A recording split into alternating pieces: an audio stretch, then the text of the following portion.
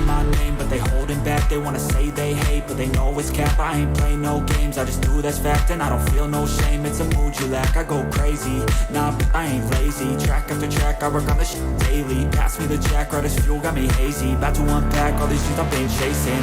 I've got visions in my head, like memories after death. To be a legend instead of something you can forget. I'm living up every breath, I'd rather lead than be led. I'll fill the seats as I spread, with every word that I've said.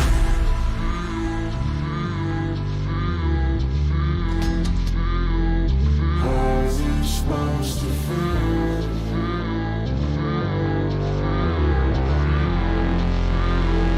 How's it supposed to feel?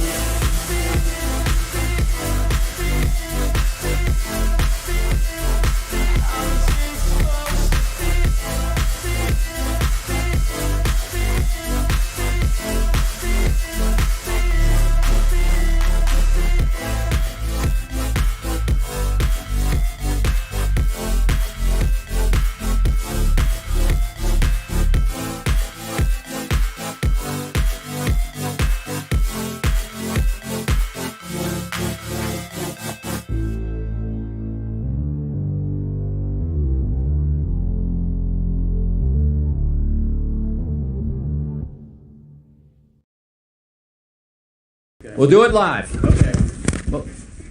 We'll do it live. Fuck it. Do it live. I'll write it and we'll do it live. Fucking thing sucks. What's going on, soulmates? It's good to be back with you guys. Stephanie, it's good to see you.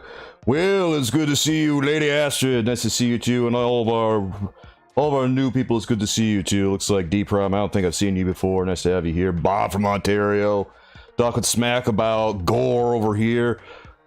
Oh, what can I say, bud? What can I say? Sometimes I screw up the names. I do the best I can. Okay, fine, Blaze.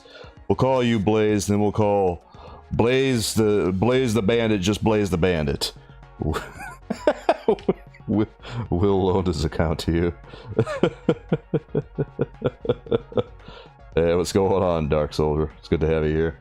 Alright, so let's kick things off with some pickups today. I didn't buy much of anything this week, unfortunately. Mostly all I got was this Bird of Prey action figure, Harley Quinn, that my girlfriend Artist Astrid found for me at Walmart, and she called me up and asked me if I wanted it, and I'm like, sure, why not? I mean, when I initially did a video on this like a year ago, I wasn't all that enthusiastic, but when she brought the toy to me and showed it to me, I mean, it's actually not that bad. It's kind of hard to show you guys here on stream what it looks like, but the face sculpt is a lot better than what it looked like when I was making my video about it a year ago, so I'm pretty happy with this one. Yeah, pretty excited to review that.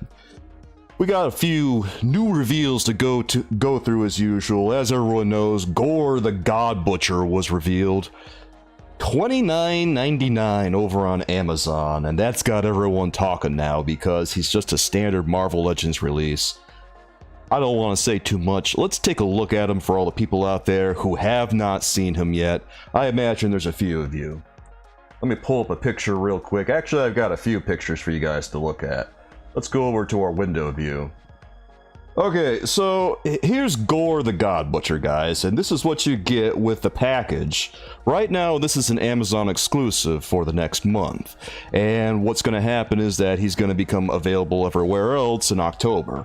I don't know why they're doing that. That seems like a strange thing to me, but they're doing it.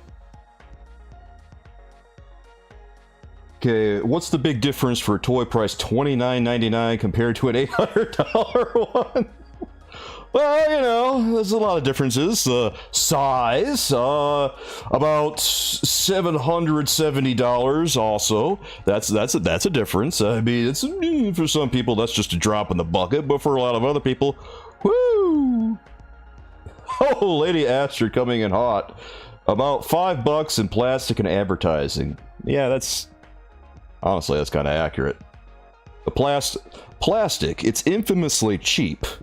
And it's even cheaper because it's very easy to substitute different materials and make new plastics.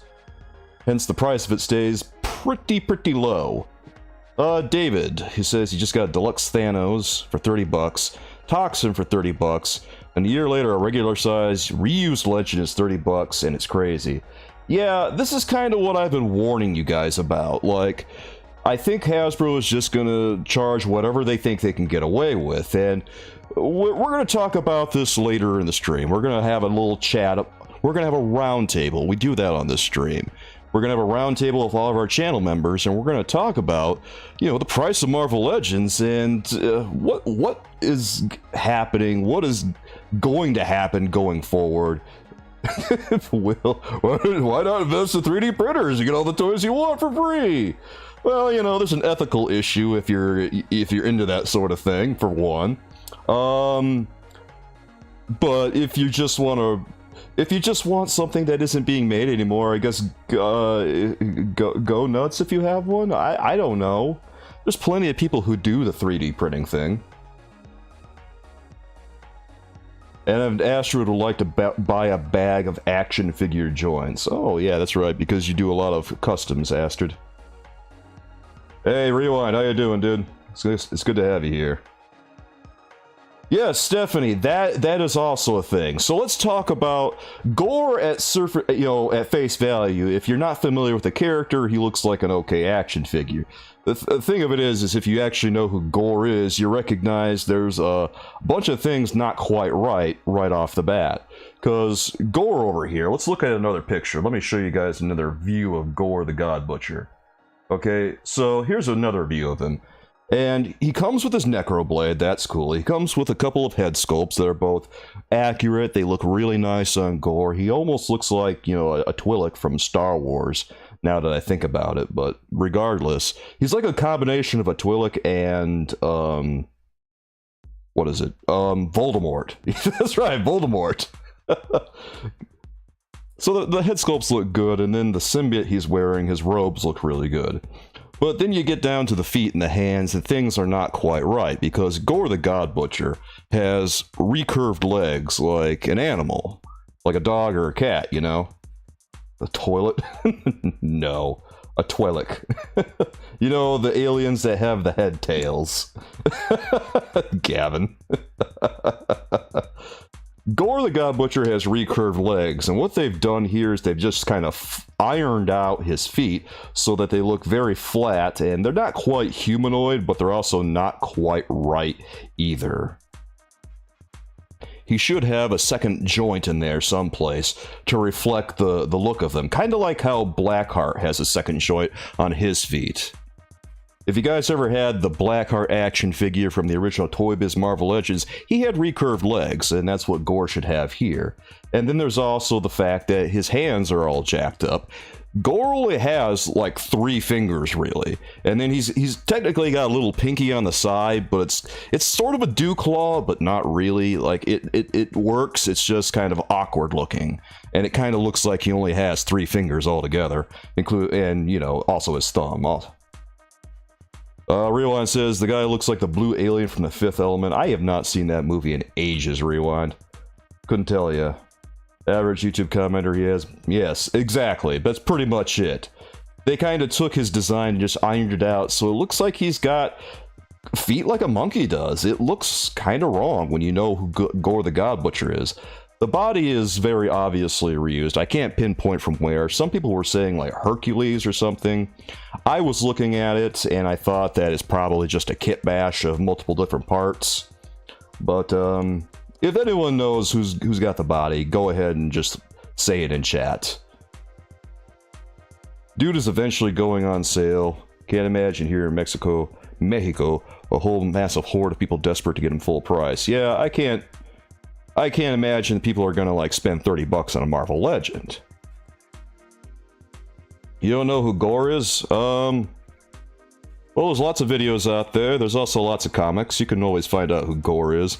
I'm not sure that Thor Love and Thunder is the way to figure out who he is. Yeah, David, some people were saying Grim Reaper body, but I was looking at Grim Reaper and I'm having trouble seeing it. But considering the pins, it could be. Maybe it's just the paint job on him that makes the body look like it's not actually Grim Reaper.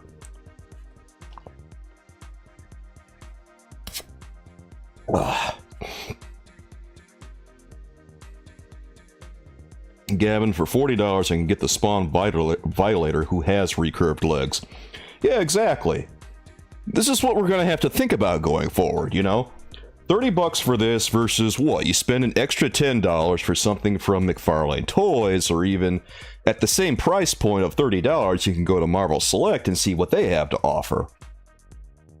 Have I painted any toys myself? No, Will, I don't do any customs or anything like that. Customs are not really something I do, they're more something that the viewers do. And, you know, it's really cool when people do that sort of thing. It's just not really in my purview. But I'm always willing to talk with you guys about it, because it's fascinating to learn about. Eddie, you'll always watch Spider-Man. I mean, everyone will always watch Spider-Man. Spider-Man is always OP. Spider-Man is the GOAT. Let's face it, he's the most popular superhero in the entire world. Big C, latest Marvel Legends pickup. I just got the 90s animated Wolverine, and I've been meaning to review it. I'm probably going to get to that this weekend. Oh yeah, by the way, another piece of news, guys.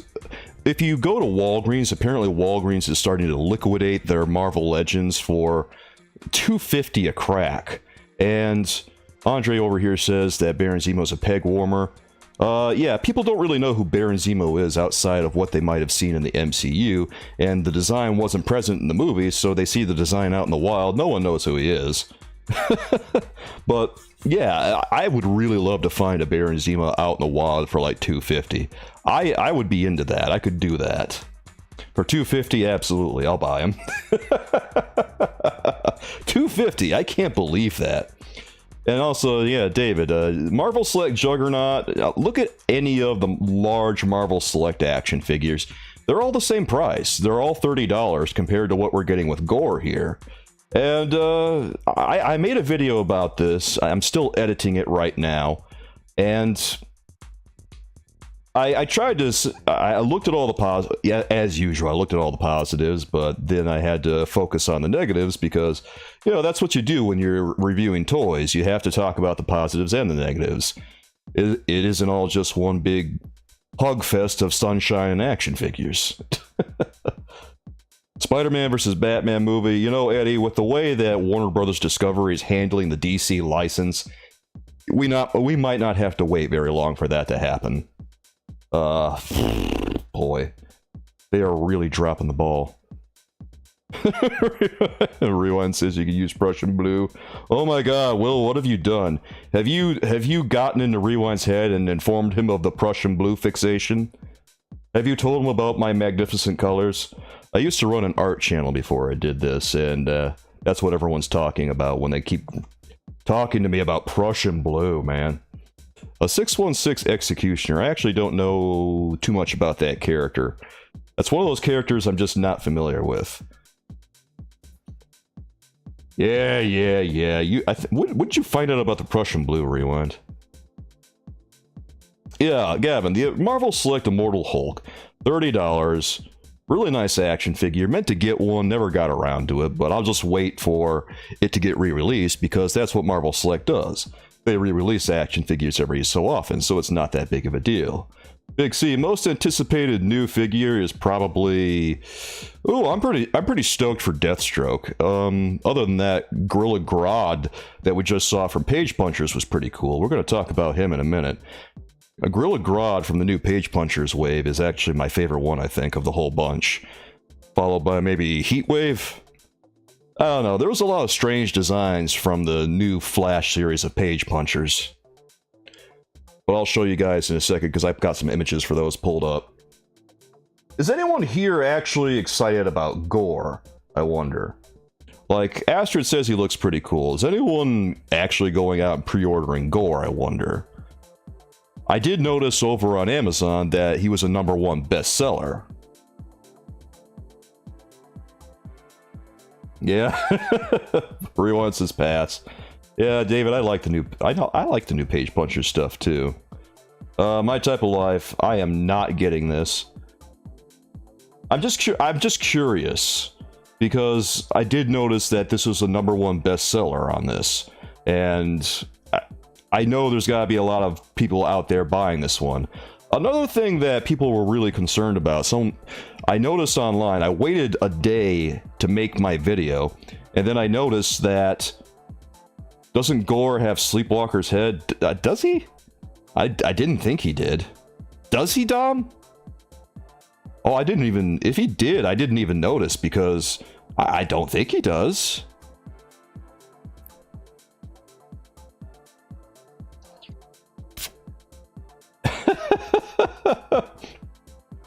Well, Rewind, if you learn about Gorr's backstory, you'll realize how appropriate that really is. Grodd is in stock at McFarlane Toys store. I'll have to take a look later. I didn't realize Grodd was already in stock. I thought that they were still waiting for the official listings to be on display. But hey, I'm definitely excited about Grodd. This one, I don't know, guys. As I was saying with the packaging, okay, the hooded head is the same as Sleepwalker's. I'm gonna have to take a look at that, Dom, because that's not something I noticed. But you could be right, man. The packaging was something that got people all riled up, because if you guys looked at the packaging for Gorr the God Butcher, this packaging right here, you'll see that Gorr the God Butcher was pictured with pinless joints. And people were wondering whether this was what they were actually going to be getting in the package. And then it was confirmed that no, the actual action figure has pinned joints. They were just using a computer-generated image for the cover of the box art. And now people are a little bit upset about that because it kind of, lowers your confidence in what you're buying, especially when you can't look at the window through the box. We got windowless packaging now, and yeah, Eddie, that's pretty much what people are saying, false advertising. And you and I mentioned this in my new video that's going to be out pretty soon, but you and I are in the know. We know what we're getting when we get this, because we know things. We're on social media, we're active, and we're paying attention. But think about average Joe buying this, and maybe he's not really thinking all that hard. Maybe he's just looking at the box. Maybe he doesn't really understand what he's getting. And then he opens the box after seeing the picture on there, and then he sees this action figure that isn't exactly what was represented on the box art. Well, he might be a little bit upset then. Yeah, Rewind, they essentially photoshopped him. It's kind of a Photoshop, but not really. Like, they use Photoshop to make all this stuff, that or Illustrator or whatever Adobe program they're pulling out. But what they do is they sculpt this thing as a 3D render, and then they just take the 3D render and they throw it on the box art. And it's really confusing, because why wouldn't you just... you can't buy this because you don't want to break the package. Yes, Will. In the box, collectors aren't really going for Marvel Legends as much as they were because of the windowless packaging. That is definitely a thing happening. Yeah, Rewind. Toys are even getting it. And it's the weirdest thing. It's what's happening here is that they didn't even bother to they do a photography session of the actual toy. Why wouldn't you just Photoshop that onto the box? That it takes all of about 5 minutes to do. It takes like a couple of seconds to transfer an image from your camera. It takes another another couple of minutes to maybe do a cutout and maybe throw a little halo around it or whatever, sharpen it up, whatever. It's not hard to do. Okay, Century box art is false too. So this is a trend now, and honestly, it's kind of a problem. And Eddie, yeah, you got a Fantastic Four Spider-Man. Or wait, is that am I reading that right? Okay, you got a Spider-Man. You're really upset with the paint job. Can't see what you're getting before you're buying. It could be to use less plastic, yes, Will. That's the intent, they say. But with action figures, they're not exactly board games. they're not exactly video games. We're used to buying both of those in closed boxes. And the difference with action figures is that we're essentially buying tiny sculptures. I don't want to sound all pretentious and say we're buying like little works of art or anything, but in essence, we are buying tiny works of art. And part of when you're buying something like that, you want to be able to see the product that you're buying, and that's what the window is for in the packaging. When you can't see through the window to judge the piece before you buy it, it really destroys the confidence you have in buying it. Big C, is Marvel Legends falling behind with them announcing so little in McFarlane with weekly releases? Absolutely they are. McFarlane is coming in almost daily with new announcements. Almost daily. Like, he's making so many new announcements, it's difficult for me to keep up with them all. There's no way I'll ever be able to buy all that stuff. No way. And a lot of it looks really cool. Some of it's not my bag, but a lot of it is really cool. But Marvel Legends, they're only releasing one thing once in a blue moon. And then they're probably saving a lot for their Hasbro Con or whatever they're doing. But in the meantime, you're giving up tons of ground to McFarlane, who not only had his own winter showcase, but he still had more product besides that to show us. He just saved a lot of his more popular pieces for his winter showcase, and then showed us later a bunch of other stuff. Will, they're trying to hide as a bucket cap mold. Well, it's funny that you should mention Hush Superman, Big C, because I got Hush Superman pulled up right here. And, I kind of like this one. I know it's reusing the infected Superman body from the Merciless wave, right? But, you know, it doesn't really bother me that much, because here's where I'm at with it. Yeah, there's a McFarlane is doing big numbers right now. There's no way he's ever going to lose the DC license unless something catastrophic happens with Warner Brothers Discovery. That's really the only reason he would lose it at this point. Alan pointing out some nice things over here too. $30 for an extra head and a sword. Meanwhile, Beta Ray Bill is he gets like 4 hands, 2 heads, a hammer, and a spinning hammer. And it's a larger action figure, better paint, unique sculpt.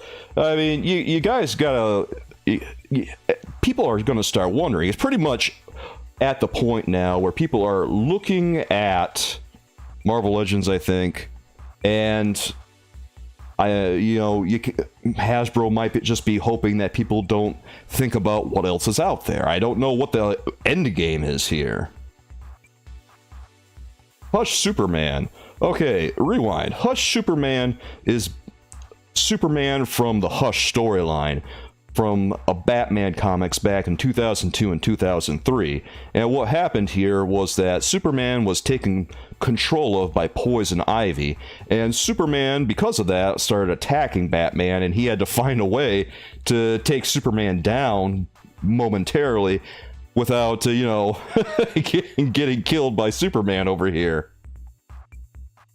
I think that this one is a pretty neat toy. Like, it looks fairly close to what we see from the Hush storyline. Obviously there's some embellishments on the costume, and that's just something that Todd likes to do to mix things up on the costumes, and it doesn't bother me all that much because I think that it makes the costumes look a little bit more interesting from what they do in their typical comic book appearances. Because sometimes comic book costumes can look a little bland here and there, and adding a little bit of texture here and there spices it up a little bit. So I do like this one. Oh, did Batman die? Not in that storyline. What do I think of the new Page Puncher's mega figure Grodd, Elijah asks. I think that Grodd is pretty cool.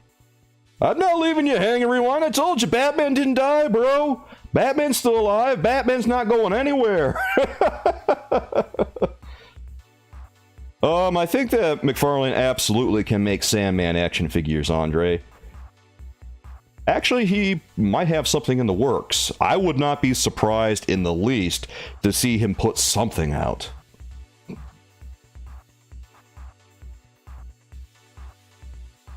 Alan, McFarlane is not perfect.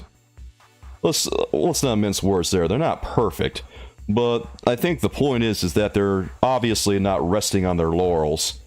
Why would you wish that on Batman, Rewind?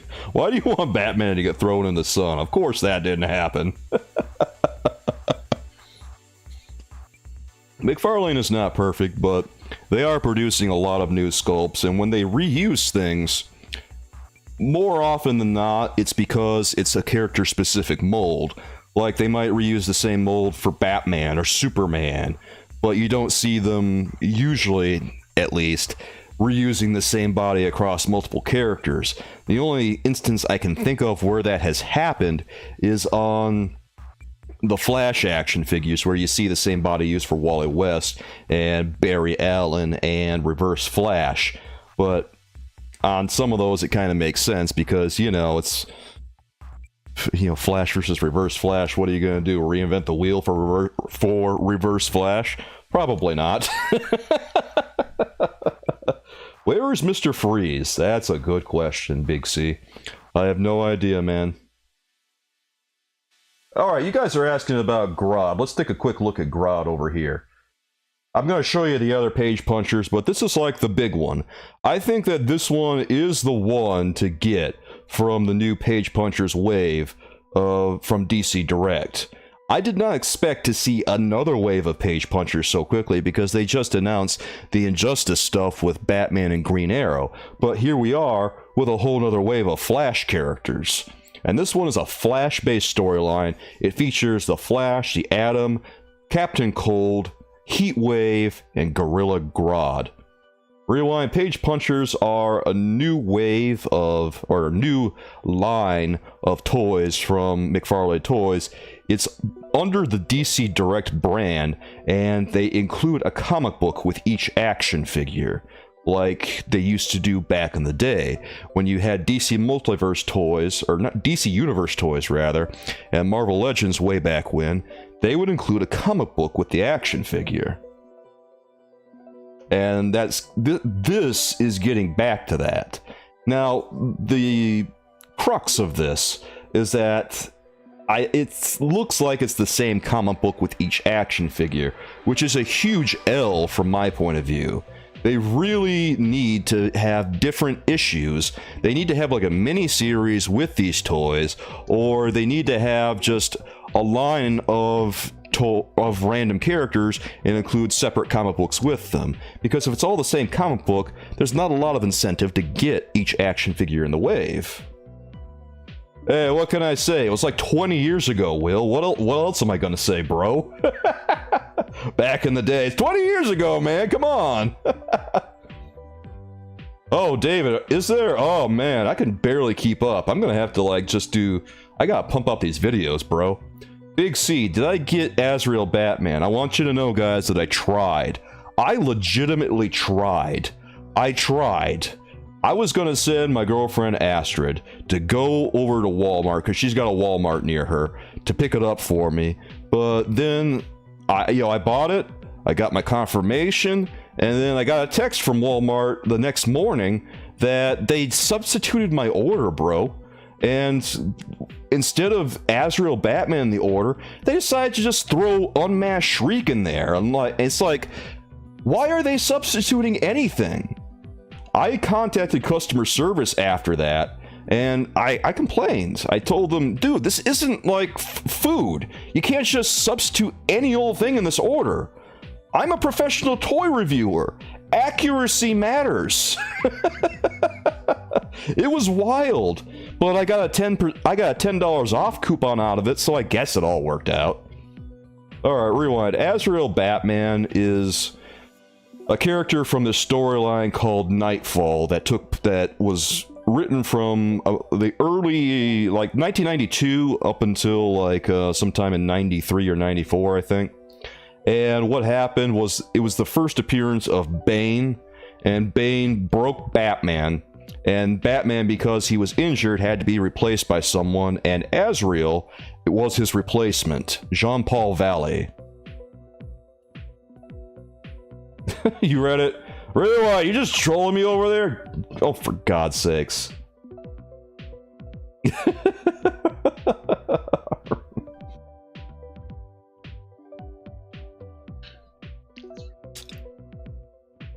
Ugh. Oh my god. You guys are killing me sometimes. Yeah, let's take a look at some of these other toys in the Flash wave, guys. Alright, well, obviously we have the Flash in a brand spanking new costume. I have mixed feelings about this one. Like, I'm not absolutely in love with it, but it's kind of cool to see something different. You like Batman, having Batman be able to crouch?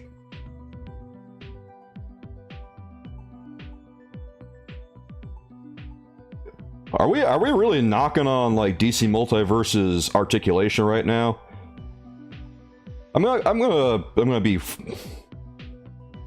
real with you guys. Like, every time I hear someone knock DC Multiverse's articulation, they don't have the hip swivel really, and they don't really have an ab crunch per se.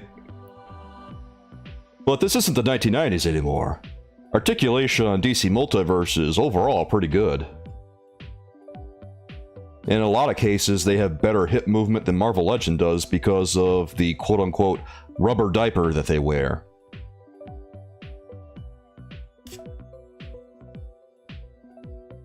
What is my thoughts on the Batman Who Laughs character? I think he's a fun take.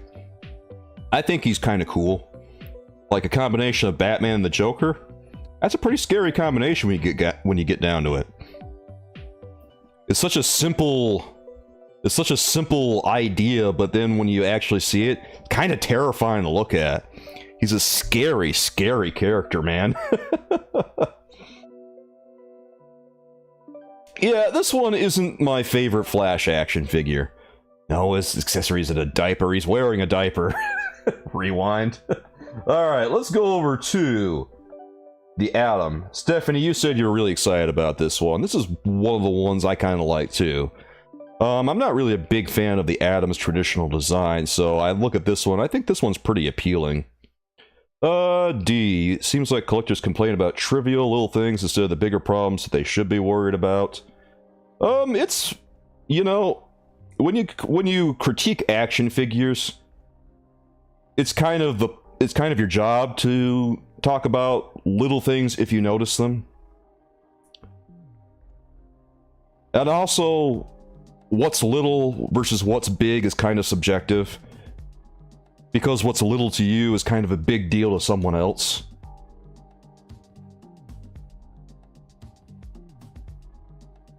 Yeah, Gavin, I agree. It looks good. I like this design on the Atom. I like it a lot better than his traditional costume. Big C, who do I want in the next wave of animated Spider-Man retro card? I want them to re-release Venom, but I want them to make him good. I think Venom should absolutely be re-released. Because that online-only business was for the birds. Why does he have an Atom on his belt and helmet? Because he's the Atom.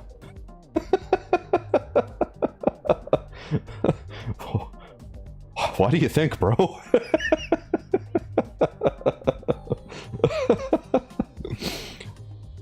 Anyway, who do I... in the next wave of Spider-Man, and you know there's going to be another wave of Spider-Man Retro because people love those Spider-Man Retro toys.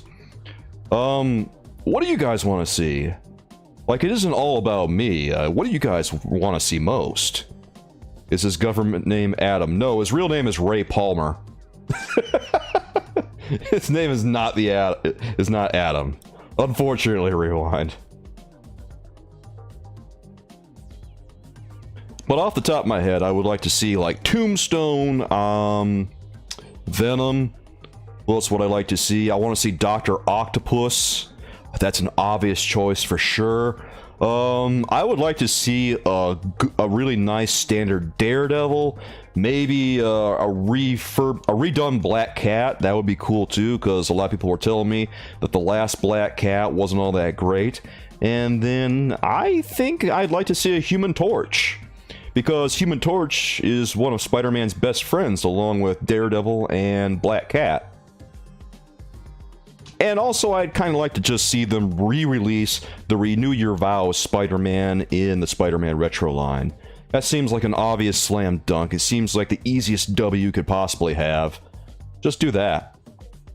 Re-release that Spider-Man, but also do what you did with the Spider-Man released from Walmart. The one that everyone wanted, but no one got.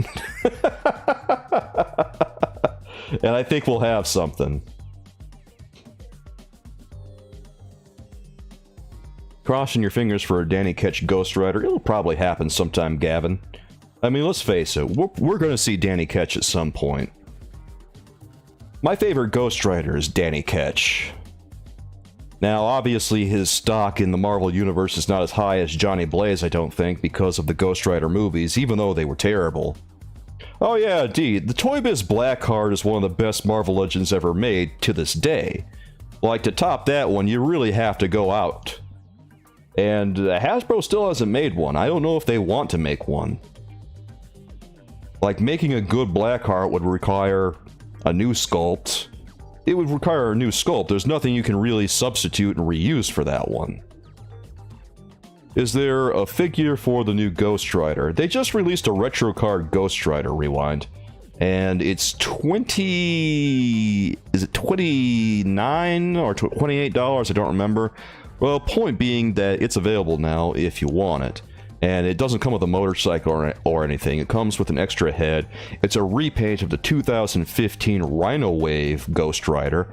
And he also comes with a chain and some extra hands. They have flames on them and some flame effects.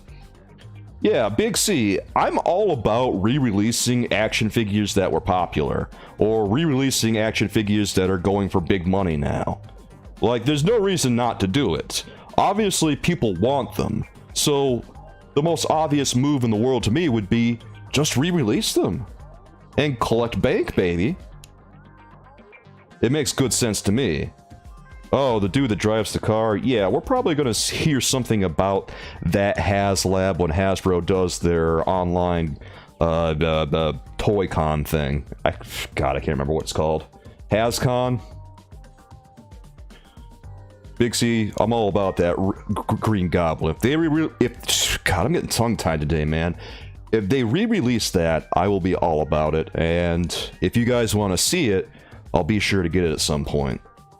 I was kind of surprised that there wasn't all that much excitement for the Scorpion. I thought that people would be more into him than they are. But so far, he's only gotten like, I don't know, 5,500 views, which is kind of unusual for a Spider-Man character for me. I don't think we're ever going to get any kind of movie action figures with the movie stars' heads from the Spider-Man movies, guys.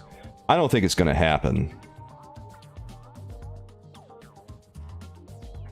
Like, never say never, but I don't think we're getting that Green Goblin. I don't think we're getting Alfred Molina Doc Ock, and I don't think we're getting unmasked heads for all the Spider-Mans from the movie.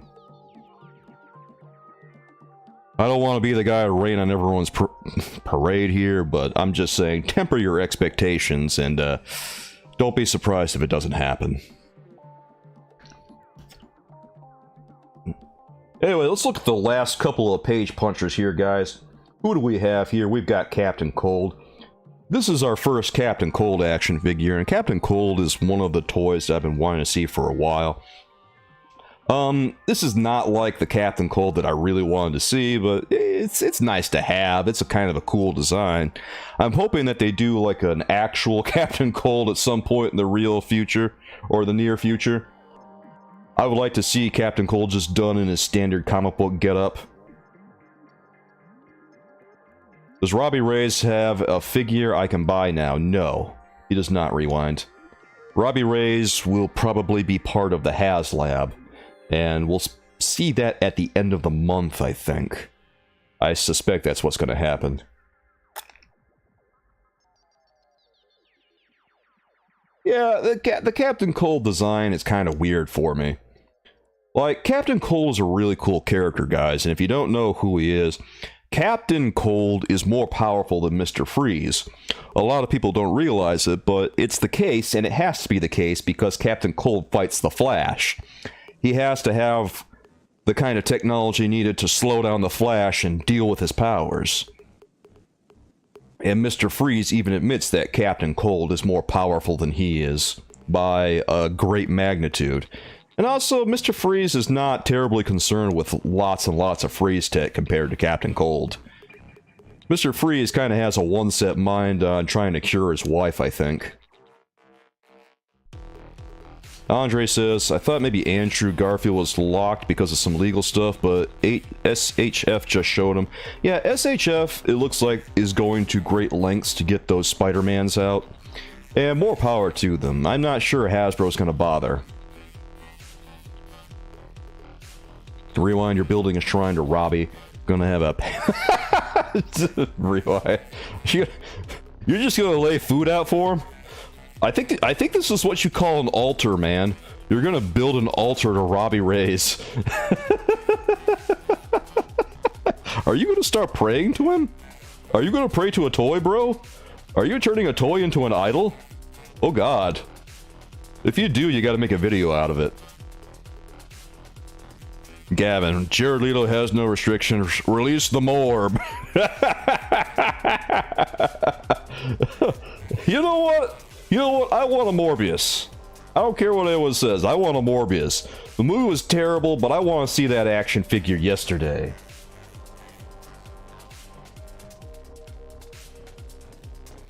Alright guys, the last reveal that we saw from Page Punchers recently was Heatwave. And this one I thought was pretty sweet looking. Like, it looks a lot like one of those Warhammer action figures that McFarlane has been making, but god, I can't. He does look really cool. He looks.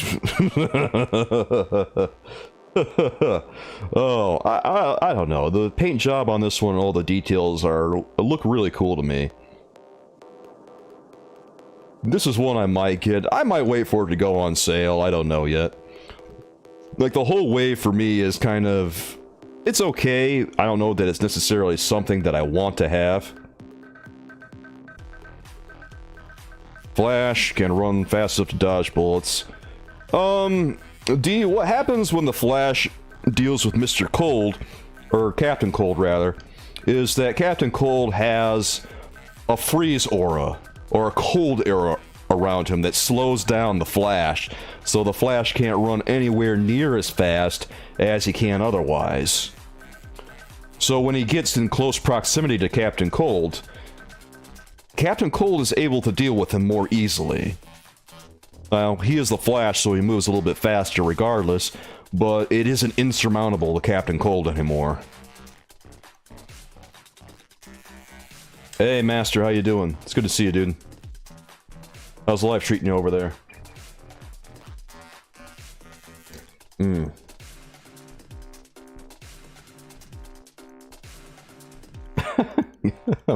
Look at Gavin's comment over here. I rewatched Avengers Infinity War and cried when Iron Man was dying and Jared Leto as Dr. Michael Morbius runs over to him and says, "Oh, it's okay, you don't have to suffer anymore."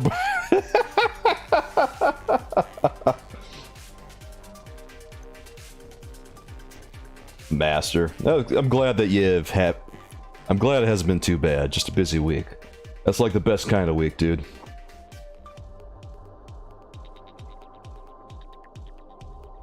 I think the funniest thing...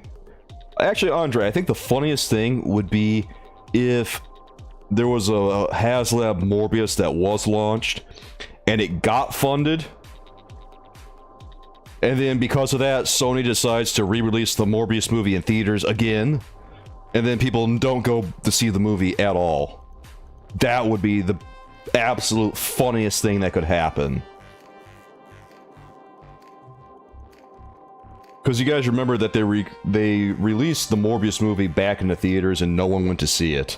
They thought that all the memes out there in the wild people were making about it was actual excitement for the movie, and boy did they miscalculate. Because when they re-released it, it was only like maybe one person per theater going to see it. Are we playing a game today? Yes, we're gonna play a game. We're gonna play a game for the after show. It's almost about time to get into our round table. Do we have Blaze the Bandit here? Do we have... What members do we have here that want to talk today? It's okay if no one really wants to talk, that's all good too. But if our members are here, we'll go into the roundtable session. And we'll start talking about the price of Marvel Legends, and what's gonna look like going forward. A collection tour video. I'm probably not gonna do a collection tour video, Big C. I don't think that it would be... It would be a fun video, I guess, but also my collection isn't anything fancy or anything like that. I don't have fancy displays or anything. And...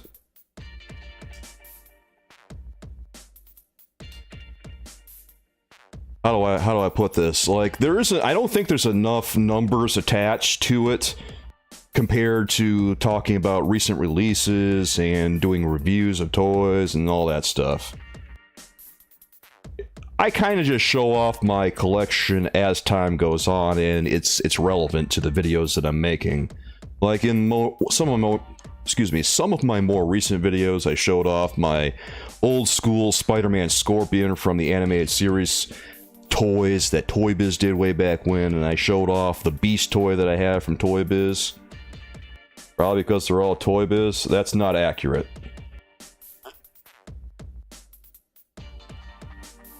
Like, did you really just come here to talk smack, Sean?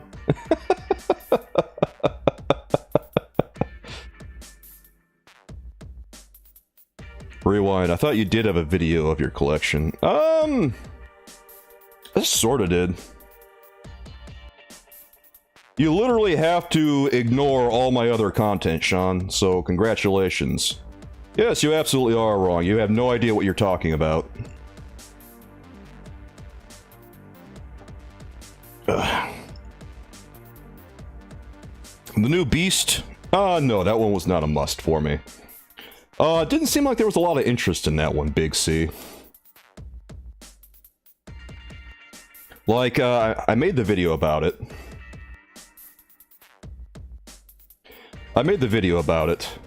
And, people weren't really watching all that much, so it doesn't seem like people are into Beast all that much.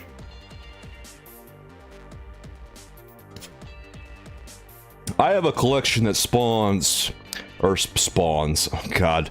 Blaze the Band has got me thinking so much about Spawn recently, I just accidentally had a little slip there. I've got a collection that spans Kenner, Toy Biz, Hasbro, Mattel, you know, those are all pretty much all the relevant brands that have been making, well, McFarlane too now. I didn't used to have many McFarlane toys until they started making DC Multiverse. Yeah, Spawn, right?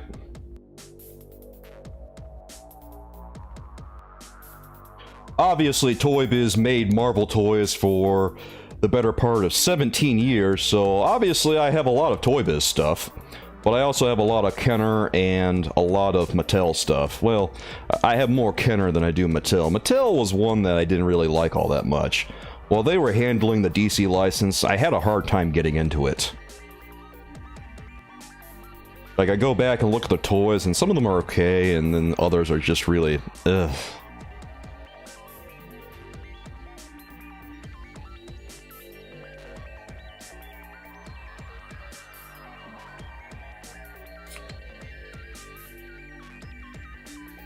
Anyway, I think that's all the reveals that we have for this week, guys. You still don't like Mattel? I don't like Mattel either. I don't want to make videos about Mattel. I've been kind of wrestling with whether or not... Yeah, Mattel, ever since the deal with Collect Jurassic, I don't want anything to do with them. And when they were making the DC toys, I really didn't care for them. And I've heard too many things about them that makes me wary of ever talking about anything that they do.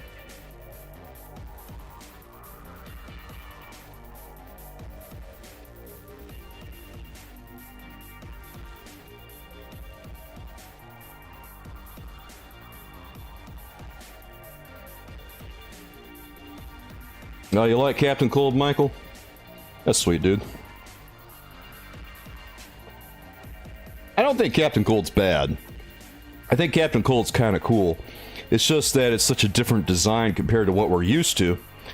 That it's kind of jarring to look at, you know what I mean?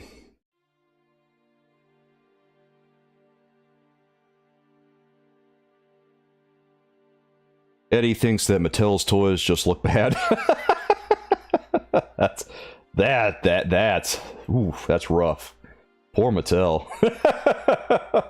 Are all toys made from the same plastic? I don't know too much about the manufacturing process of plastic, so I couldn't tell you. But judging by what I've felt from different toys, I think they use a variety of plastics in making them. Because some of them feel cheaper than others, and then some plastics on toys feel stiffer. And then, you know, like you look at McFarlane toys, they use a variety of plastics to make theirs. And the limbs on those feel generally pretty sturdy until you get to, like, clothing that has to move around, where they use a softer plastic for capes and, like I said, clothing and little diapers where the legs move and stuff.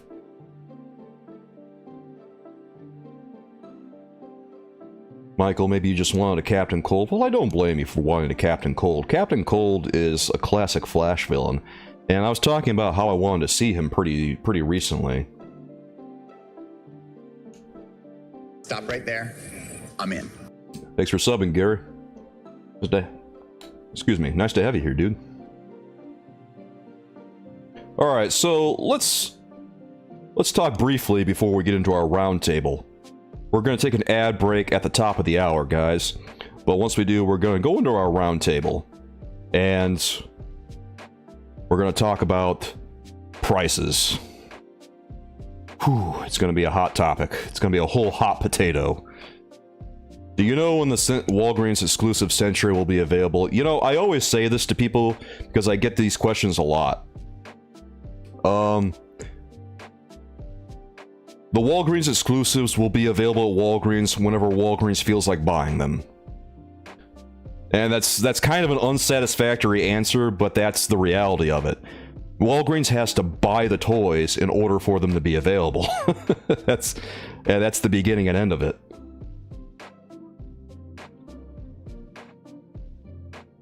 So it's really up to Walgreens whenever they feel like it. And some of the Walgreens exclusives, they've been available occasionally, sporadically. Right now, we're seeing major sales over at Walgreens where Baron Zemo is getting liquidated for like $250, and you know, that's a pretty good price. I would take, like I said earlier, I would take that for $250. We need a Sabretooth VHS or retro card. Sabretooth, yeah. I'm not gonna lie, guys, I never liked the Jim Lee design of Sabretooth, but they'll probably do him eventually. I have to imagine that we're gonna see him sooner rather than later. I think. Well, then again, they haven't done Magneto for that line yet, but we'll see.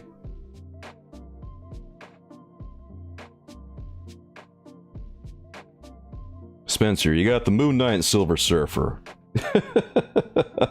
You got the Moon Knight and Silver Surfer? That's awesome, man. Those were really hard to find. I never found Moon Knight or Silver Surfer. Well, I take that back. I was on Walgreens' website a little while ago, and they had a worthy Silver Surfer, and I didn't get it. I didn't get it. But it was available.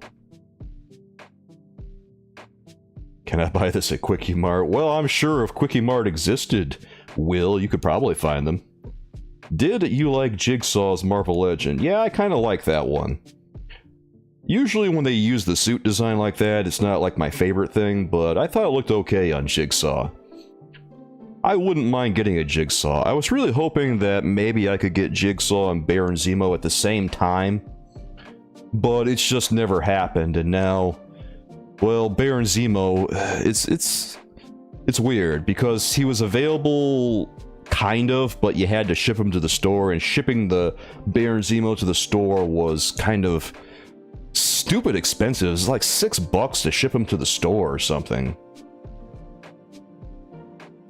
Say hi to your nephew. Well, hello, Toxic Avengers. Nice to have you here with us.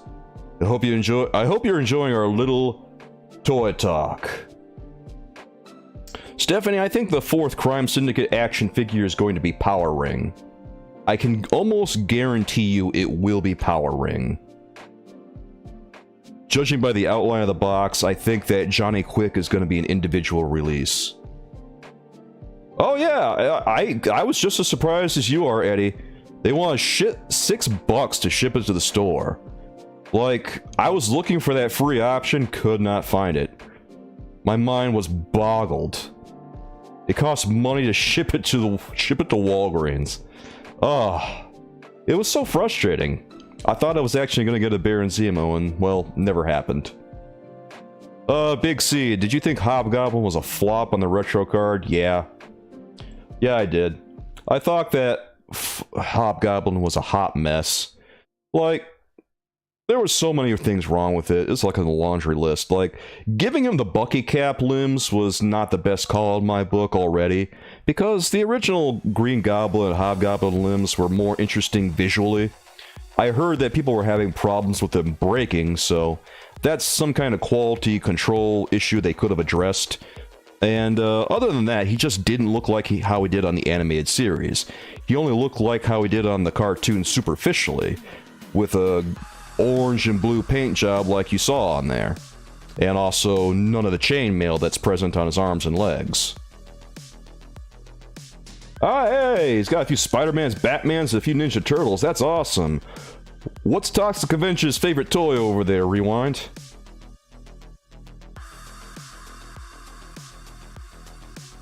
What are the key characteristics of a Bucky Cap, Will asks.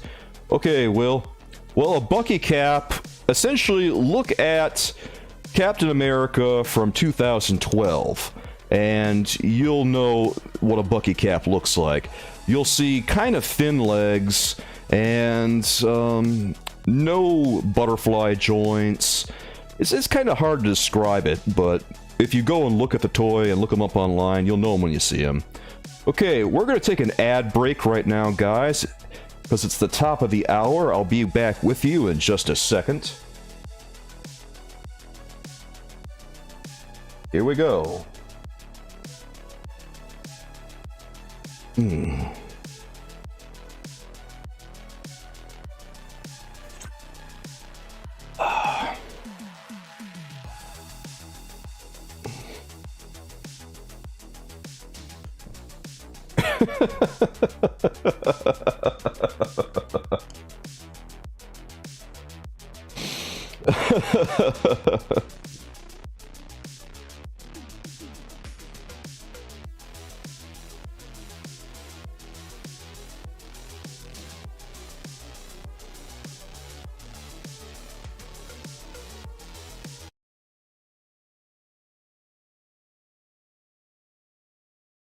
Oh, it's all good. It's all good, Big C, if you don't get ads on YouTube Premium.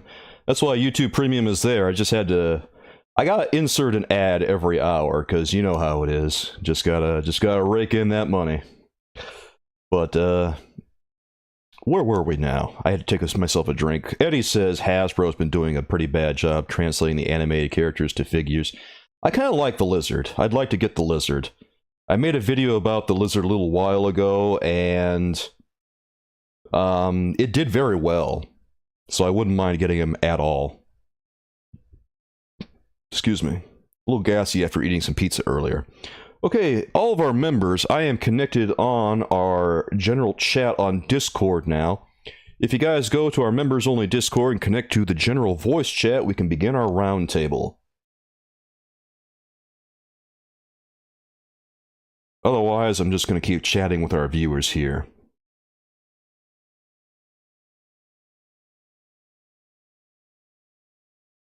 We were planning on doing a roundtable tonight. I'm not sure if that's going to happen yet, but we'll find out in a few minutes, guys. Yeah, I'm not sure. I don't remember if Blaze is here or not. And Astrid, I'm not sure if she's here too. But if any of our members want to go on voice chat, I'm connected right now, guys. Just connect and let me hear from you. Alright, Big C asks, what about the Spider-Man animated series Walmart exclusive? You know, I got some snide comment from someone a little while ago that, oh, we're not ever going to see another release of this Spider-Man at Walmart. This was it. Only for their Walmart Collector Con. And that's it. But it seems kind of counterintuitive not to re-release this Spider-Man, because Obviously, he's a very hot item that disappeared in mere minutes. How can you not re-release him? It doesn't make sense. I think that they're going to re-release him at some point. I think they're going to re-release him. I don't know whether they will or not. I hope they do. It's another one that I would like to have. And it's a little frustrating that they just took down his listing entirely over at Walmart. But maybe we'll see him again sometime soon, and I hope we do. He doesn't have the signature lizard hunch. Well, not every version of the lizard has a hunch, really, Eddie. Some of them do, a lot of them do. They had restocks throughout the day. I mean, he should be available for longer than the day, to be honest.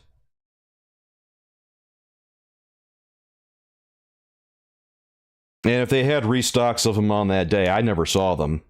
I think I checked several times and he was always gone.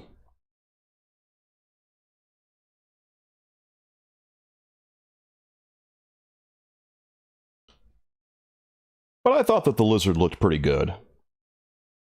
I don't know how he's going to be. I can't like give him a rating or anything before I actually get the toy. But as soon as I get my hands on him and film some footage, play around with him a little bit, I can finally make some judgments on him. Oh, you got one you can send me? Oh, hey, Eddie. Yeah, I'm gonna set up a P.O. box for my members pretty soon.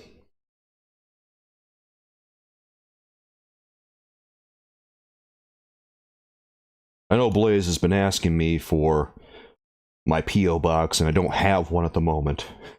You got 3 Spider-Mans? You got 3 Spider-Mans? That's awesome, Eddie. That's hilarious. 3 Spider-Mans. Oh, man. You went hard on those Spider-Mans. That's great. Oh, no. No, thank you. I don't want Beanie Babies. I am good without Beanie Babies. I don't think I've ever had a need for Beanie Babies.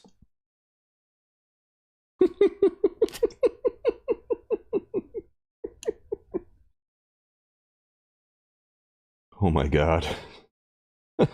No. Eddie doesn't hold back on the Spider-Man. I don't blame him, man. Spider-Man is like the best character ever.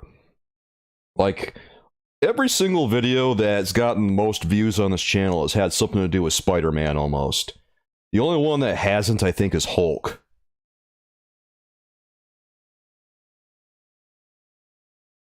Can someone link Will to the Billy Gunn song from the 90s? You guys remember that WWF song where he's just singing...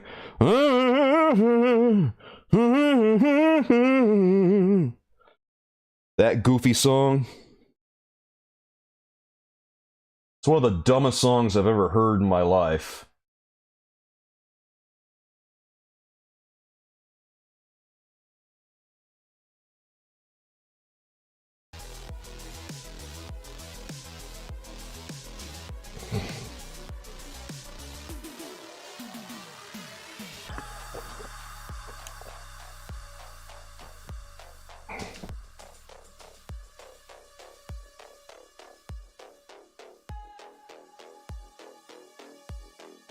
Yeah, that's the wildest thing to me, Eddie. That someone that Stan Lee thought to make a superhero out of spiders. Like, who would ever think, oh yeah, let's take this guy, make a spider theme out of him, and obviously that's gonna be a hit. And then he turned out to be the biggest superhero ever. He's bigger than Batman. Is that Pepsi? No, this is coffee. I don't drink Pepsi. Pepsi is garbage. I would never drink Pepsi a day in my life, man. Will. Pepsi is so bad, and I don't know how you guys drink that stuff. Yes, it's iced coffee. Iced coffee is very popular.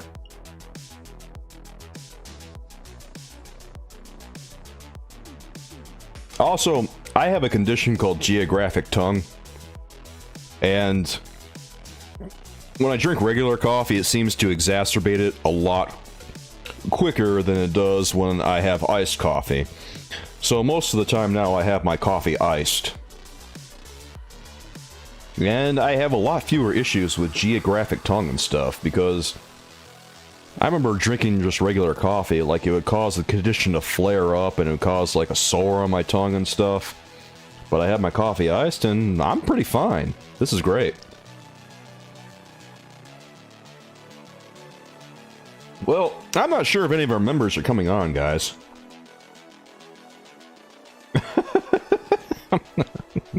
I am not. I am not drinking soy coffee. I only drink black coffee. I drink my coffee black, I drink my tea black.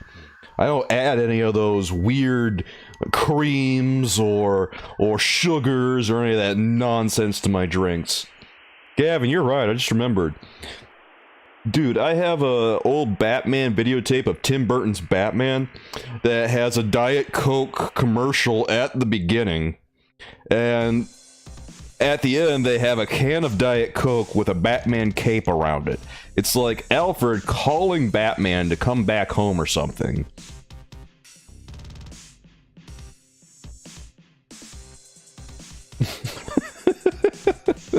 Will, you killing me. Well, I'm not sure if we're going to have any of our members coming on chat today, guys. So, if they do, that's awesome. But we might move on to our next segment instead of what we were going to talk about. And maybe we can talk about this topic some other time soon. A lot of you guys were telling me that you enjoyed the video game segment that we had on here. And I decided to boot up Spider-Man on the Xbox, the original movie game. And I just got this. Yeah, well, Eddie, Eddie, that happens. If you're at work, you're at work. What are you gonna do, right? It's okay. It's no problem at all. I figure that Blaze is probably at work, and Aster's probably busy, and I think Draven's busy too. Actually, all of our members are, I think, are at work right now. We got a lot of different people who have joined from all over the world. But anyway, we're going to play Spider-Man the movie game now, and if any of our members show up to have a chat with us, we'll put a pin in the game for a second and talk to them. Now, this game is notable because it has an extra level that is exclusive to the Xbox. Can I play Spider-Man on the Atari 2600? I mean, I could, but I'd have to emulate it because the old hardware is way too difficult to get working on stream. If anyone knows how to stream an Atari, I would be very impressed.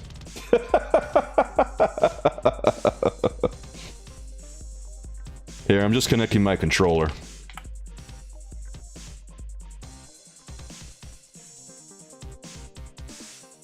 There we are, guys. There we are. Alright. That's the stuff. Emulate Atari games? Yeah, I know that some people do emulate that stuff, but I haven't done it personally. God, I just got this game the other day, and it feels so year 2000 for me. Like, this was released in 2002, and it's a fun game. But man... Sometimes these games show their age. Oh yeah, oh that's sweet nostalgia. Don't hurt me. I don't have any money. Who is telling me they have money? Okay, I guess it's this guy. All right, well we're gonna keep him from taking this lady's money. Yeah, the graphics do not look bad at all for 2002. All things considered. Oh, you think this is not the game you played? Yeah, this is the game that was based on the original Spider-Man movie from 2002.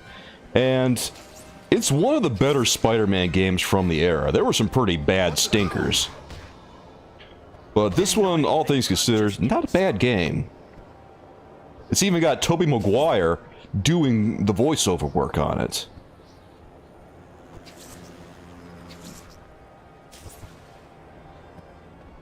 Obviously, you start the game out in Spider-Man's sweats and sweatpants. He looks a little bit goofy and everything. And the webs are not quite what we see from Spider-Man 2 or, you know, the new Spider-Man game on PS4 and PC now. Because Spider-Man is very obviously just spinning webs and into mid-air. They're not really attaching to anything.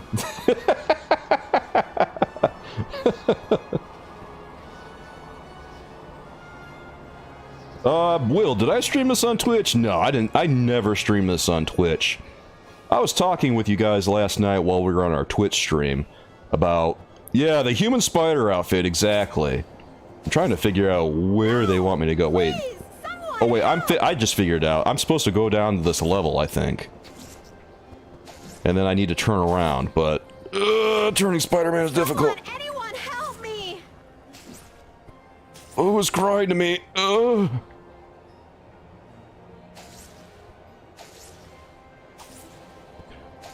I was talking to you guys last night on Twitch about what you wanted to see next, and Stephanie said she wanted to see a Spider-Man game real soon. Oh, wait. Maybe I have to beat up this guy. Don't hurt me! There we are.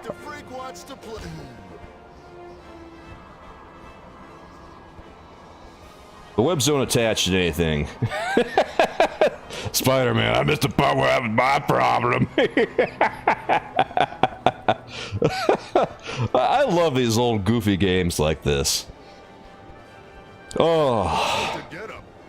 Like, one of my great passions in life, guys, is playing, like, these old superhero games and just kind of cataloging in my mind which ones are the good ones, which ones are the stinkers, and which ones are really mid. Because a lot of times I'll play the mid ones, and I have fun, even when they're not all that great. Like, I was able to have fun with Batman Dark Tomorrow, even though it was a god-awful game. I have that game over on the GameCube, and believe you me, it's trash. But, God, I couldn't help it. I've still got a soft spot for it. I'm a little ashamed to admit that. The makers of Call of Duty made this, apparently, yeah. They lost the license somewhere before 2010. And then another company made Spider-Man Shattered Dimensions and Spider-Man Edge of Time. Sure I'm getting Now, warmer, though. That murderer can't get away from me. I got a question for you guys. When you were watching the original Spider-Man movie, did anyone else think that Spider-Man should have just given up on Mary Jane and, I don't know, set up shop with Mr. Ditkovich? Was that his name? Mr. Ditkovich's daughter, the landlord's daughter? Because she was really into Peter. And I'm just like, why is Peter wasting his time trying to romance Mary Jane when she's giving the cold shoulder?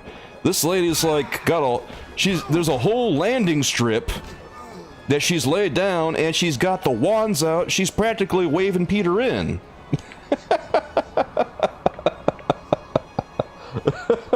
Tobey Maguire. Yeah, see, Stephanie agrees with me. Yeah, exactly. Hold on. We gotta go down a little bit. Now, how this game works is, like, there's this meter over on the side here that tells you how high you are, and then there's a destination in blue, and the little compass is pointing you toward where you need to go. So I think I have to land over at this rooftop and beat up some more guys. There it is.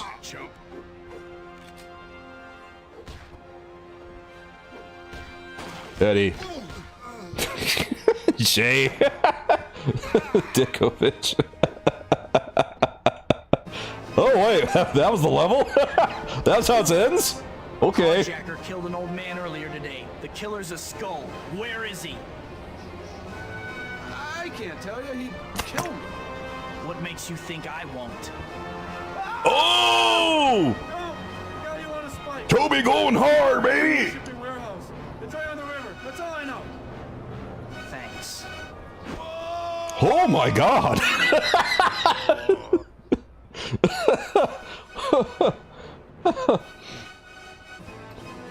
She loves him, but he loves someone else, and she loves someone else. Yeah, exactly. That was like the problem with the movie. And I think that's like the problem with a lot of. I mean, it makes for a good movie, but you know, while he was having all that drama with Mary Jane, he could have had like a relationship with the landlord's daughter, you know? Like, he's not tied down yet. Go ahead and have a relationship with her. There's nothing stopping you.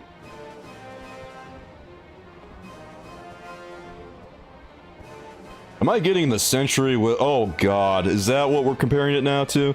There's something about Mary hair?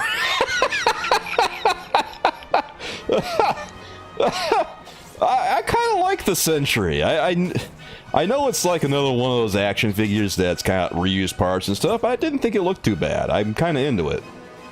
So, it's like I say, it's another one of those things where if people want to see it, you know, I'll get it. Mostly, whether or not I get action figures, because, you know, I run this channel at a profit. I don't run it at a loss. I always ask you guys, what do you want to see the most? And, you know, if you want to see something, share the video, and we'll see what happens.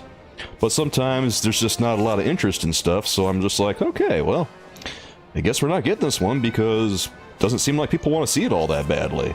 Like, I got the Rhino and I got Hulk because it's pretty obvious you guys had a lot of interest.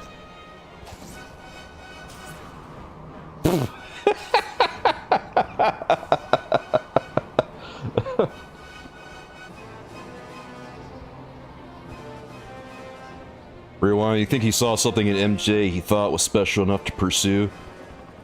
I guess.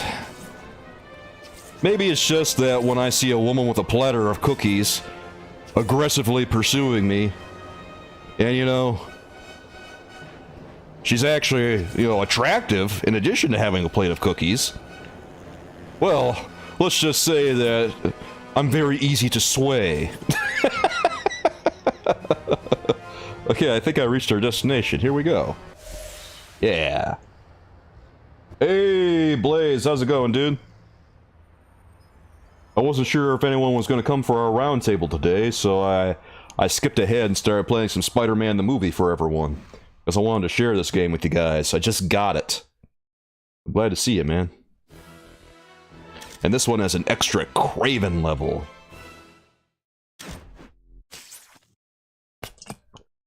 Do I want to save the game? Yes, I want to save the game.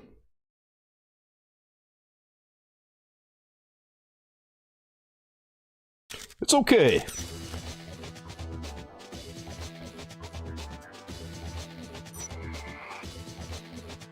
Here, let me save this. let me save this, and then I'll put it on pause so we can have our round table. Blaze can arrive whenever he wants. By the way, Blaze, I made you a mod too. I also made Rewind a mod. It just seemed like a good idea because we're getting a lot more people watching these things now. Huh. What's this door doing open? Man. Yeah, Gavin, the Green Goblin is one of the best Spider-Man villains ever. Like, in terms of Spider-Man villains, you pretty much have to go with, like, Green Goblin, Doc Ock, and Venom as the holy trinity of Spider-Man villains. And if you're going to make movies about them, they're, like, the best ones you can do. Every hero has, like, 3 big bads, 3 arch enemies. And for Spider-Man, you could also argue that maybe Kraven the Hunter is another arch enemy. There might be another one. I can't think of one right off the top of my head. Here, let me switch over to... Okay, I am connected on the Discord, on general voice chat, guys. I am too. Hey, sweet. Let me switch over to our YouTube chat view. There we are. And now we can get on with our regularly scheduled programming. So, Blaze, you want to talk about prices, right? There's something else I want to address first. All right. But, what's on your mind? So, last week we started a conversation about that there is no inclusion in the community. Yeah. that everybody has a place, everybody has a voice, and everybody has their own opinion. Yeah. Okay. So I want to remind everyone, when we're having these type of discussions, we are having friendly debates, and there are no wrong answers, and that there's just no cause for any disagreement or Mhm. anything like that. And the reason I say that is because we've had some issues over the last couple of days that I won't get into, and some toy groups and some things that I've seen. Oh I know boy. that I know that there's some other stuff going on outside of this community, but in the toy community. And with us being a part of it, we're here on Friday nights to discuss things. Mhm. Think that we should, you know, always, everybody that's here, everybody that watches, because we do have a lot of people that come and go, um, be respectful, be kind, and just be cool with one another. This is about toys. This is not about anything else. We're all friends here. So, I don't belong to a lot of toy groups, so I'm not extremely privy to what's going on. I'm not even on Reddit or anything. But well, with me, like I said last week, I'm always on the hunt. My finger's always on the pulse for something. Mhm. And so I'm always involved in, my hands are literally in everything that I can become a part of for toy related things, because I'm still looking for grail items in my own collection. And but I see that there's just a little bit of drama here or there that's, come up the last couple of days. And, you know, um, I just wanted to address Yeah. that there is a time and a place to say, hey, this isn't cool, but there's also a time and a place to not say anything at all. Mhm. And I just want to let everybody know that, you know, we're here on Friday nights to discuss this stuff. But even if it's a back and forth debate, or it ever becomes um, I don't want to say a heated debate, but I think everybody understands what I'm saying. That it's nothing personal. It's just that we're very passionate about our hobbies, I think the and right that's just the word way for it it would be is. like lively, not heated for us. Yeah, yeah, lively. There we go. That's a better term. I like that term. Yeah. So we're going to touch on a subject tonight that a lot of people. It's a delicate subject for a lot of people. It's Mhm. price. Mhm. Price. This is something I Price. talk a lot about in my videos, to mixed reactions, of course. Price is always subjective, though. I want everyone to remember that. If there's something that you truly want in life, can you put a price on it? That's up to you. That's a good Um, point. A good example would be recently, like, this isn't really toys, well, kind of, sort of, but I just bought a couple of Spider-Man video games for like $50 a crack because I got Shattered Dimensions and Edge of Time on the Xbox 360. Was it worth it to me? Yeah, it was worth it. Is it worth it to someone else? Probably not.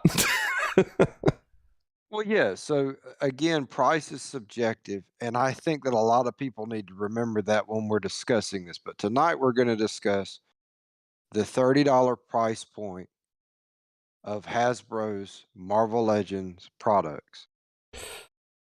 Now, The let's... thing What were you going to say? I'm sorry. So the thing about this $30 exclusive and it's been talked about in multiple videos, it's been talked about across the toy community, and it's a hot topic at the moment. Let's put it that way. Um, I want everybody to remember when we, if other people would like to join in this conversation, that's great. But when we talk about our opinions when it comes to this whole thing, it's just a matter of opinion, and I think that some people are gonna obviously disagree, some people are gonna agree, and some people are gonna agree to disagree. So I think that's just the way that this is gonna work. I will say this about my own personal collection. I just touched on Grail things, and I touched on things that obviously, you know, are going to go for a lot more money than maybe something like something at retail. Would you care to tell us what your Grail items are, by the way? Well, I have one of them in the mail currently. Okay. I paid up. Let's put it like that. But I did not break the bank over it. There was one thing that I wanted that I never had when I was a kid, and it was the original Megazord for the Mighty Morphin Power Rangers. Ooh, that's exciting, bro. Yeah, and it's meant. I remember that. That was sweet. Yeah, it's meant. It has everything with it. It may be missing like one item, which is inexpensive, and I can get that on my own. But so that is something that I had really wanted for a long time. I was able to pick it up for what I think is a reasonable price. And I have other things that I consider Grail pieces as well. I would like to complete my NECA TMNT 1/4 collection one day. I'd like to have them all, and that's an expensive. That's so we're getting into hot toy prices when we start talking 1/4 figures. Oh boy, hot toys. That's. I don't think that's something I'm ever going to review unless I get a lot more views, man. Well, I am heading in that direction. So there's a couple of hot toys that I want, and I'm gonna try to get them at a reasonable price. So, okay, we got a interesting question from Will here, who asks, aren't toy prices mostly based on demand and supply? And my answer to that would be yes and no, which is an unsatisfactory answer, but it's the honest answer. I think in a retail situation, yes. I think in an exclusive fan channel, Hasbro Pulse, Big Bad Toy Store, Amazon, Walmart, Target, maybe not so much. But the thing about it is an exclusive is just that. It is exclusive. So it's already in the title. So it's one of those things that now they make a ton of these, but sometimes they are limited. No. And if you want to be in that limited window to be able to purchase this item, then you need to be right there with everyone else when it goes live. Right. It's my understanding that Gorr is going to be an exclusive on Amazon for the rest of this month, and then after that, he's going to be a general release. Am I wrong about that? Did I miss something? That I can't tell you. My pre-order, I'm actually going to pre-order this. It's going to go through Pulse. Okay. So I'm probably not going to pre-order through Amazon. Okay.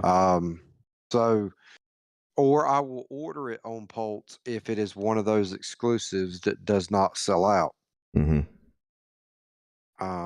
So the thing about Gorr is a lot of people are saying, okay, it doesn't have pinless joints.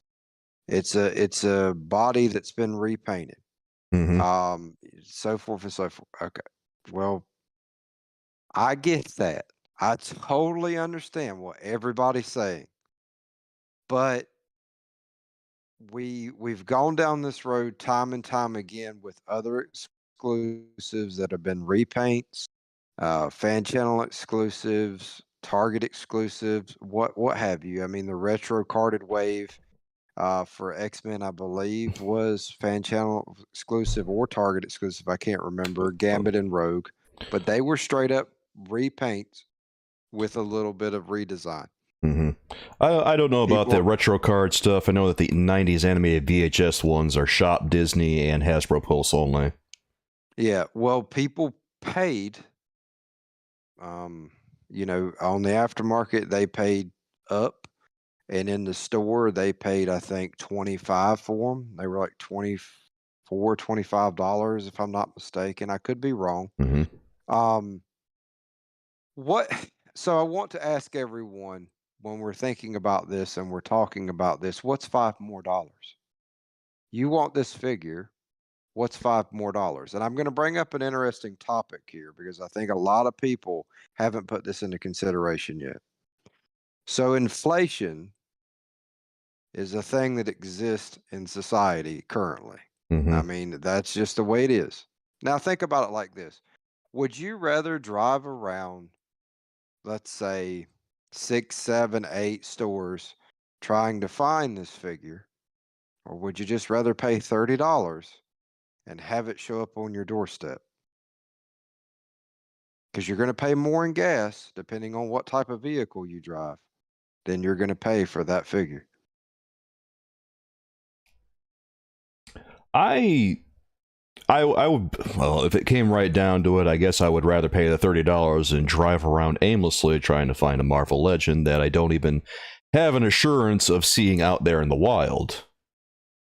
There you go. That's the thing. And so I think that if you adopt the mentality that I did a couple of months ago or even a couple of years ago, when something comes out that is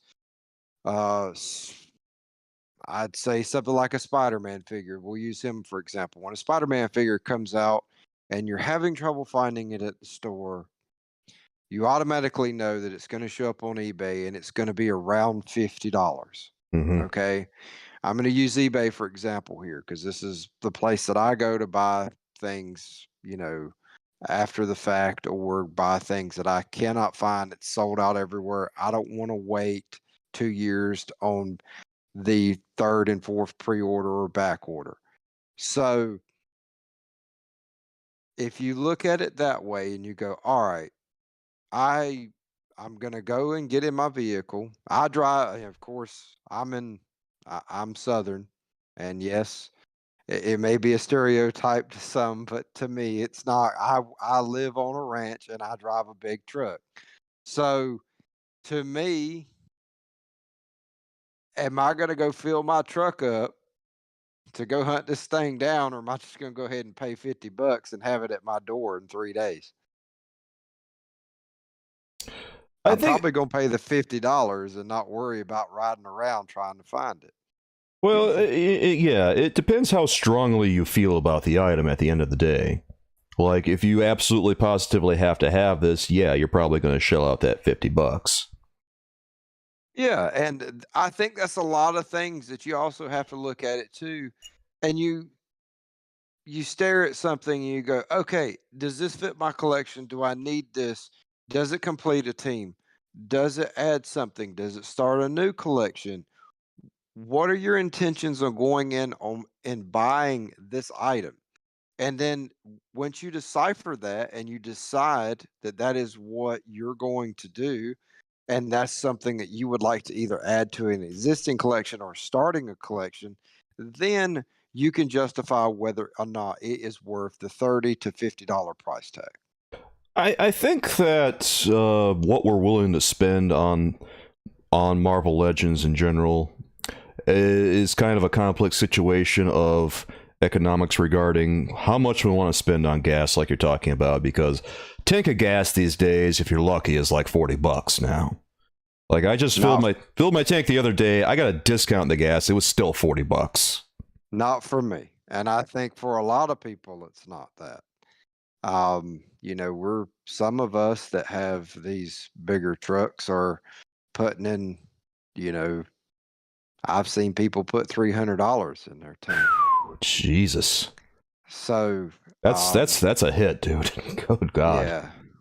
So the So thing is, so those $30 action figures at that point are starting to sound kind of fine. it doesn't mean anything to me at $30 when I'm putting 150 in my truck. Okay. That's what I'm trying to say. Yeah, yeah. Another thing that I like to think about when I talk about Marvel Legends, because I always try to think about, from a working class perspective about these action figures and what average Joe is going to be thinking about when he's looking at them. Like, in a lot of cases, I'm thinking about minimum wage. I'm thinking about what people have to work with in terms of disposable income. And over the course of many, many years, in a lot of states, minimum wage has kind of remained the same for the past, almost 20 years now. And the buying power for a Marvel Legend, if you're a collector, has gone down considerably. And you got to remember that $300 is getting you probably the same distance as somebody else's $40 in their tank. Nice to have you here, Astrid. Thanks for joining. Yep. Hey, I don't know if you saw me in the chat. I said I was coming on in a minute. I'm just getting ready to walk the dog. Oh, I saw. I was just surprised to hear you. Oh yeah, no. But the thing is I actually need my truck for work. So I understand completely. Yeah. So that's a difference. We got big cars in my family too, because we need at least one. Oh my God. Okay. So I got a family full of artists. Blaze, when I have an SUV and I brought it home, my mom goes, "Oh my God, you could fit so much art in that." I used to be a painter. But you also have to look at everything else too. So everything else is more expensive now. Yes. It's not just action figures, it's everything. And so when you look at everything as a whole and you go, okay, well, I can't buy such and such for what I did 2 years ago. Well, you're not going to buy an action figure for what you did 2 years ago either. Todd McFarlane has been able to keep his at a reasonable, and I'm using some of the community's terms here, a reasonable cost. But he's also keeping it at that price point because he still wants to target Batman, Superman, and the other characters to children, and at a $20 price point for a deluxe figure, that is a good way to get that figure in a kid's hand versus that parent pulling out $30 and $40 for what is considered a collector's item. On a kind of an off a tangent here, with the a lot of people complain about DC Multiverse reusing a lot or putting out a lot of Batman and stuff, but from my point of view, I'm pretty okay with it because it is keeping the cost down by producing a lot of Batman toys that people are going to get, and producing all the variants also spreads the cost around and eliminates the cost of making a new sculpt there and stuff. So I'm not bothered by having so much Batman.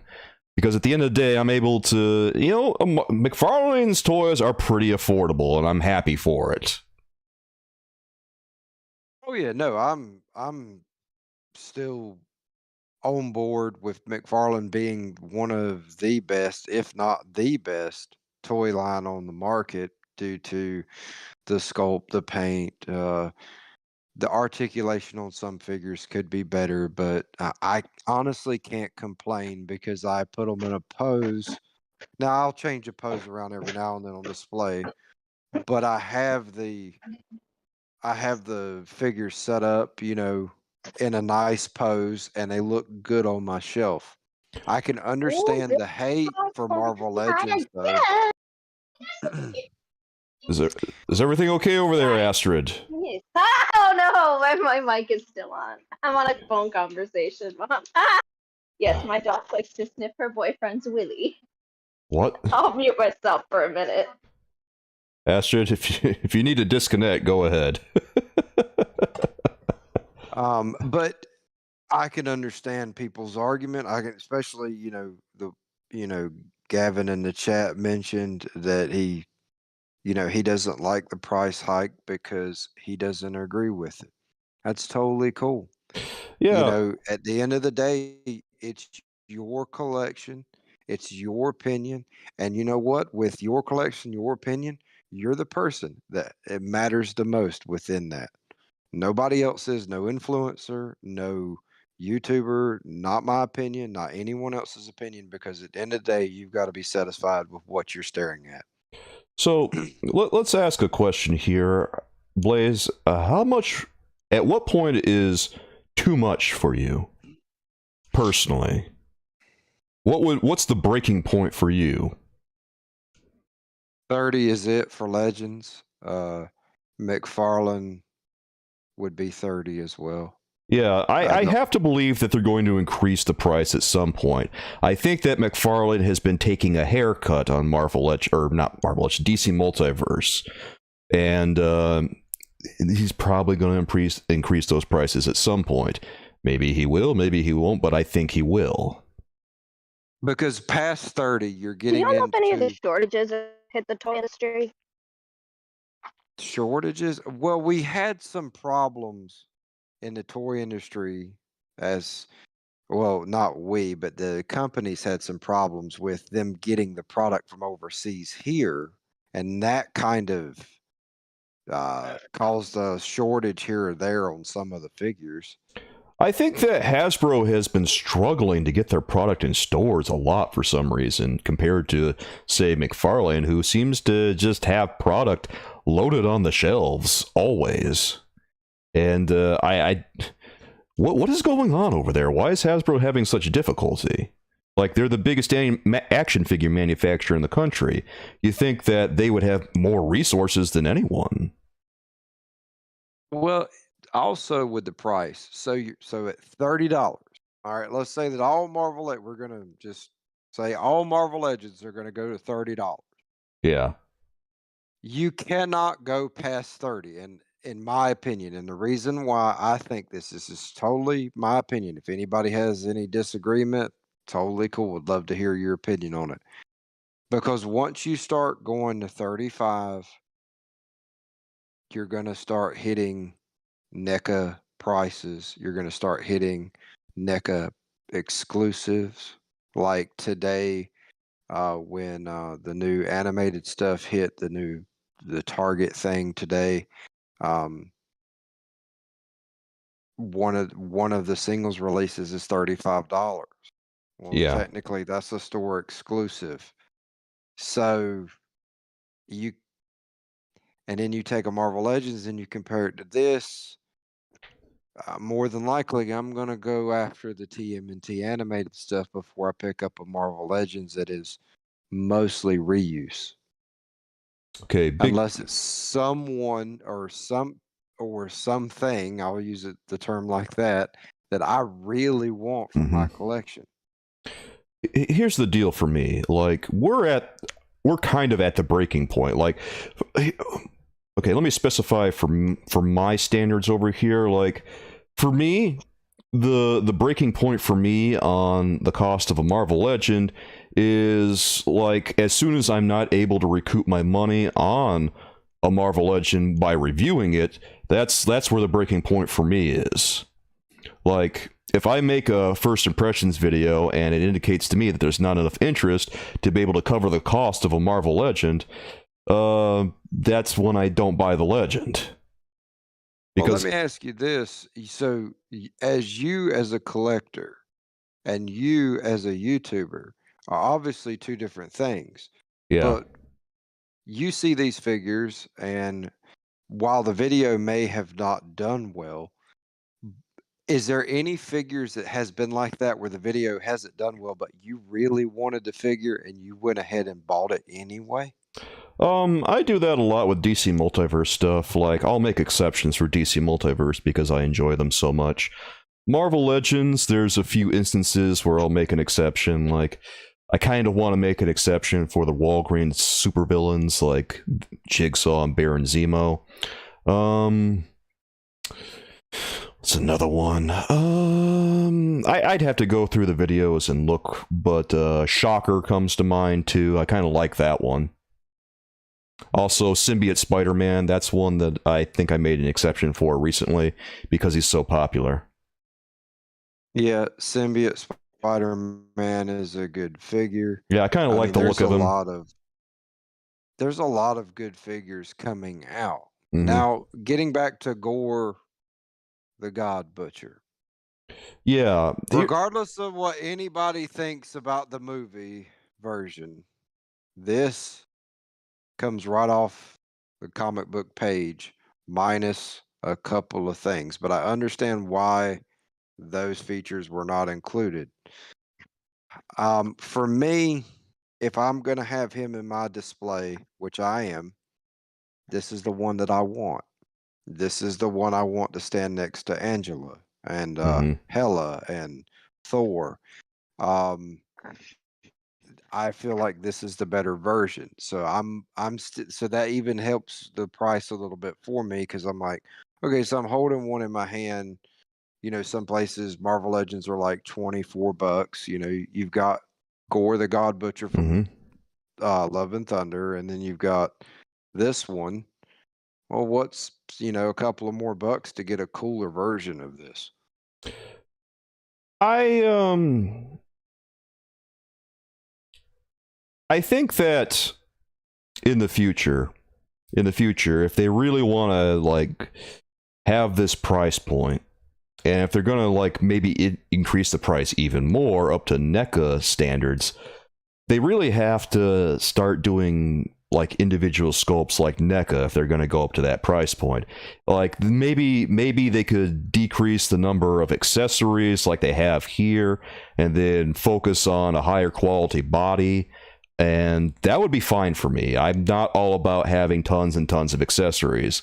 Like I told you guys in another stream, I got all kinds of parts just lying over the place. So if they just include a nice set of hands like he's got here, I think the hands, if they were accurate to what Gorr's hands look like, and he still had like the same kind of general shape, I'd be cool with that.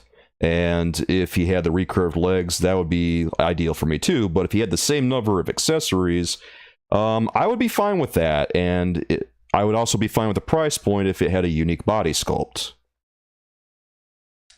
And, yeah, go ahead. Okay. So when you said that Hasbro has been having shortages, whoa! Sorry, my dog just pulled a thing. When you said that Hasbro has been having shortages, but McFarlane is not, I got competition. So I was on. What was that again, Astrid? I'm sorry. When you said that Hasbro has, can you hear me? Yes.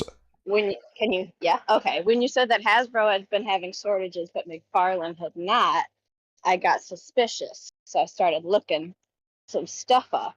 And I think the difference is that Hasbro has had 3 CEOs in the last year.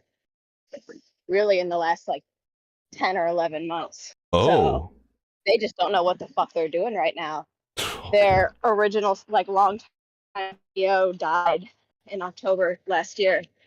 And somebody like interim took over, and then another guy took over for men in January. So in February. So Astrid, he's only been doing it for, what is that, like 6 months? Okay, that's interesting, Astrid. Astrid, could you keep the language clean on the stream, please? Sorry. It's okay. So,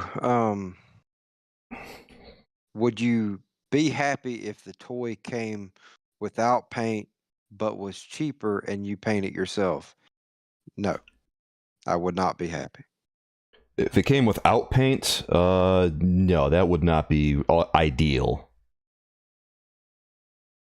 Like at the end of the day, like this is at the end of the day, these action figures are like a perfect storm of artistic elements. Like you have the form, i.e. the sculpt, you have the color, i.e. the paint, and then you have the composition, i.e. the action figure. And that's what we're buying here. We're buying a composition. Yeah, we're buying... We are buying a representation from a certain book, panel, or Well, overall series of issues.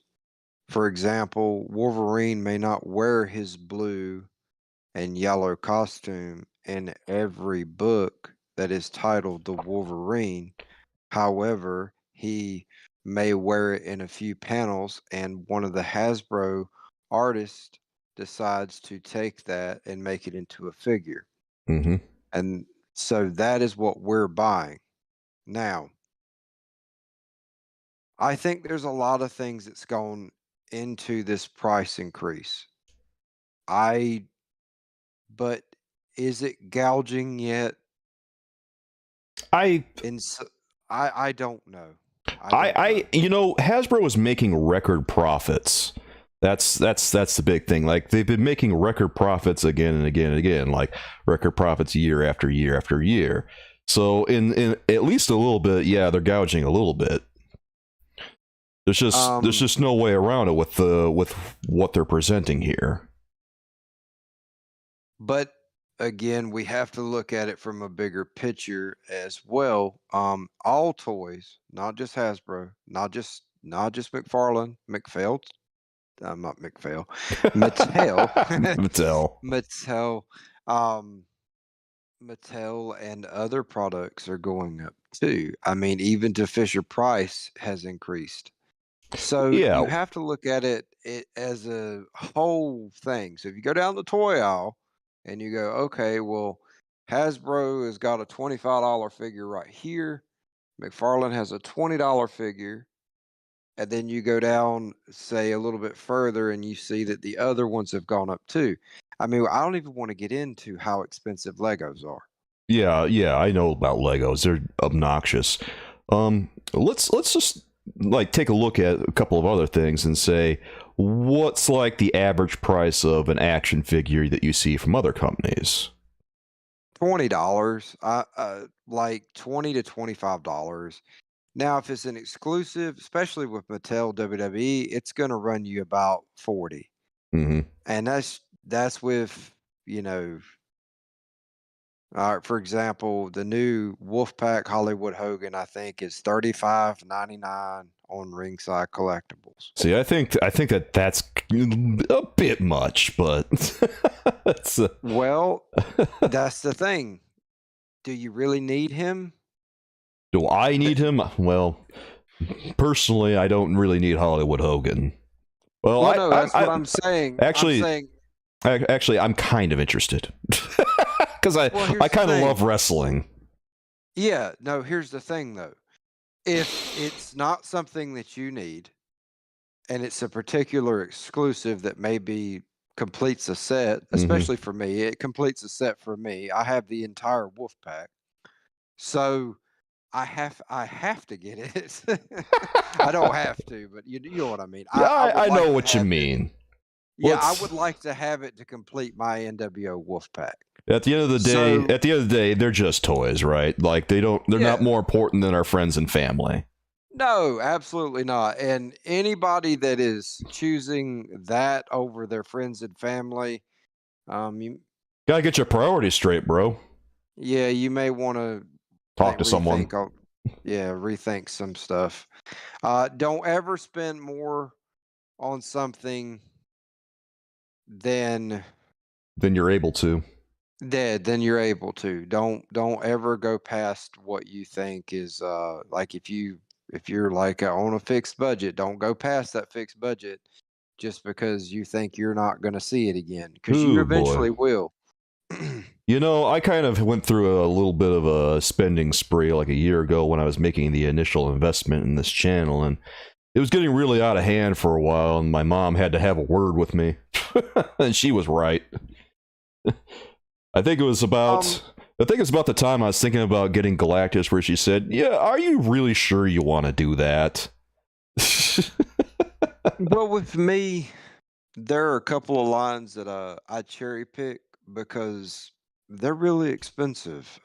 Some of the NECA properties are expensive to me. Oh, yeah. So I pick out the characters that I want out of them, and I'll buy those characters, and I won't buy every single thing that they make from that line.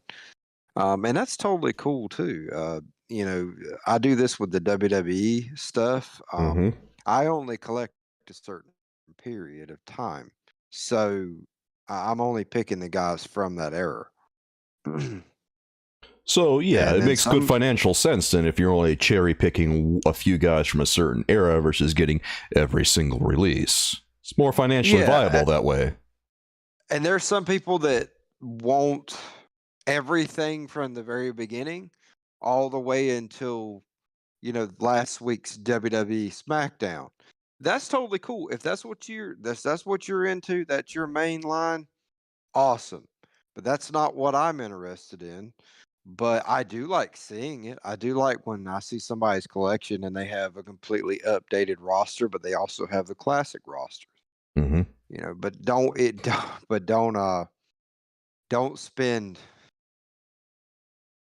every nickel and dime you make to try to complete that set, because trust me when I say this, when you go on eBay after a set has been released, the prices are going to be higher versus what they could be in a couple of months, Mm-hmm. especially once it starts to get out in the stores and things like that. So that's I would say that's a given, but some people may not know that. Some people may be getting into the toy community for the very first time and they're like, "Oh, so this is just the way it is." No. That's Yeah. a thing you learn over time. Now, if it's a really expensive exclusive that was only available at a convention, sure, go for it. If you have that kind of money, go ahead and pick it up, because the longer it sits on the aftermarket, the more expensive it's going to become. I'm going to be frank with you. There's a few things that are probably more than I'd like to spend that I might buy in the near future. Like, I need a couple of figures from the DC Multiverse Collecting Connect Wave 1, The Merciless. And then I would kind of like to get the Justice League Darkseid San Diego Comic-Con exclusive. The one that has the clothing on his chest, not the bare chest. Yeah. There's, with the whole Galactus and the HasLab thing, that is an option. That is, now, if you have a definitive Fantastic Four collection, it makes a lot more sense to get it then, because, Yeah, I was going to say, it makes a lot more sense for you to get Galactus. But if you just have a generalized Marvel Legends collection, you might not need Galactus. No. And that might not be something you need. But if you want it and you've put that money aside, or you were able to maybe work a little overtime or put a little in extra hours here or there to just put that money up, and that's something that you've been looking forward to, and because you have a little bit of time with these HasLabs, then sure, go for it. God. If that's what you want to do. Like, I sort of wanted the Hiss tank, but I honestly don't have the shelf real estate for it, so I decided against it, just simply because I felt like I would have to rearrange my whole Joe collection just to feature this one item. I was thinking to myself the other day about the HasLab Sentinel and the knee issues that it had, and I'm hoping that when Galactus is released, that the people who donated money to that, I hope that they don't have the same kind of issues that toy did, because that was really too bad to see. I'm also going to point this out. Now, I'm sure there's a lot of people in the chat that are going to go, "That's no excuse." This is the first time in the history of toy collecting that we've crowdfunded, that we have at this level, that we have crowdfunded at this level, that we have created these items. Hasbro has done some amazing things with this HasLab. However, you kind of should cut them just a tiny bit, not a lot, but just a tiny bit of slack, because they are new to this just as we are. I mean, this wasn't an option. This was an option 6 years ago. We didn't even think this was ever going to be a thing. but you know, a lot of people came together and made this happen within that company, and now we have some amazing pieces that define certain collections, and they are awesome to see every time we see them. There's been a few things from the HasLab development that have been pretty mind-blowing. Like, wasn't there like a sail barge or something that was absolutely ginormous? It was Yeah, like the sail barge is absolutely amazing. If I still had my 3 3/4 inch collection, how big was that thing, man? Wasn't that like 7 feet tall or something? It's huge. It is literally huge. If I would have still had that, I would have been in day one. But I don't have that stuff anymore, and I don't collect 3 3/4, so it wasn't something that I was, you know, necessarily interested in. That's like the only HasLab thing I've seen where I've said, yeah, I guess I could see that being a HasLab because, good God, it was huge. Unfortunately, I missed the window for the Razor Crest. Yeah. So I couldn't get that, but I really wanted that. I wanted the Sentinel, but you know, of course, where we were at that time in society. The pandemic, right? Yeah, you know, a lot of people, I think, and that was where I was at. We as toy collectors, I'll put it this way, some of us in the community decided that maybe that money should be set aside for, you know, something else that could come along within those few months that were pretty tense. Mm-hmm. And well, that was a pretty scary time.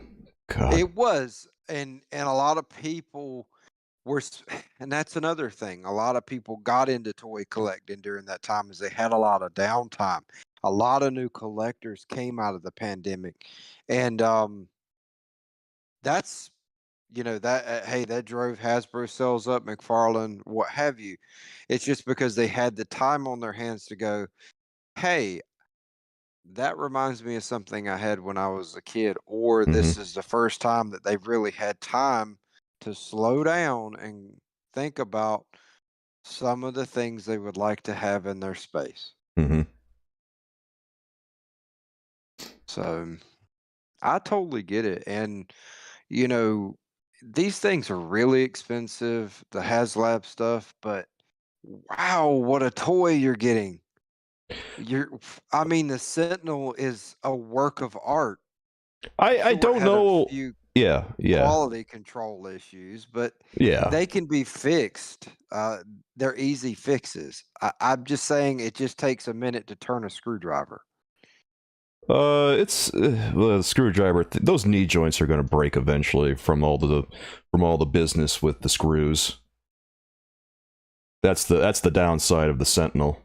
It's a whole physics issue that's going to cause the knee joint to snap eventually. In the next couple of years, we'll probably see it happen. And I'm sure Hasbro. I'm going to go out on a limb here, and I'm going to say that I'm pretty sure if there's a large breakage, I'm going to call it like a large number of breakages that happen with these figures, sure Hasbro will fix it.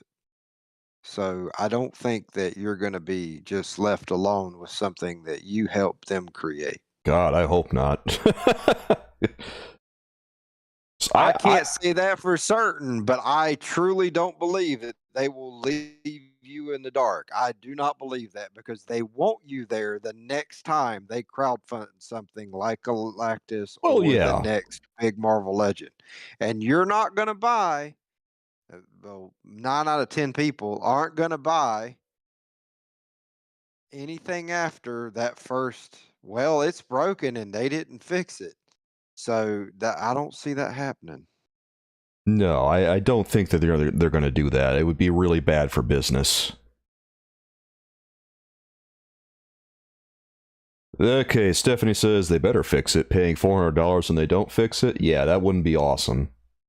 Well, wasn't the Sentinel like $350? But I understand what you're saying, Stephanie.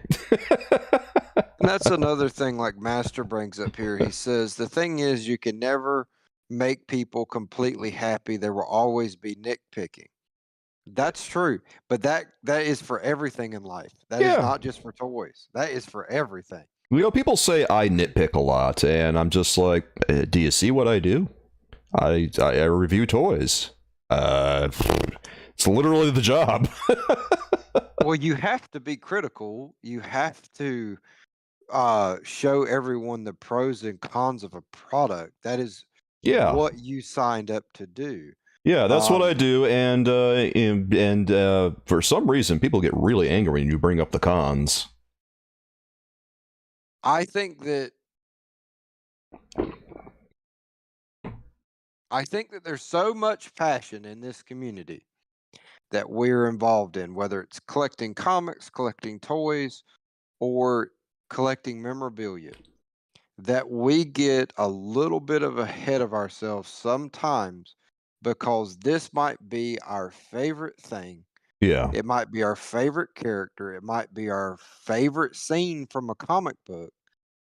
And we let our passion get ahead of our sense of responsibility to be kind to others within this community. I always tell people that they should take what I say with a grain of salt. Like, if you're really passionate about some item or something, or you really want something, at the end of the day, it's your money. I mean, spend however you want to. It's a free country. Well, over here in America. So, but I think if everybody just take a step back and look at everything and go, okay, I totally get it.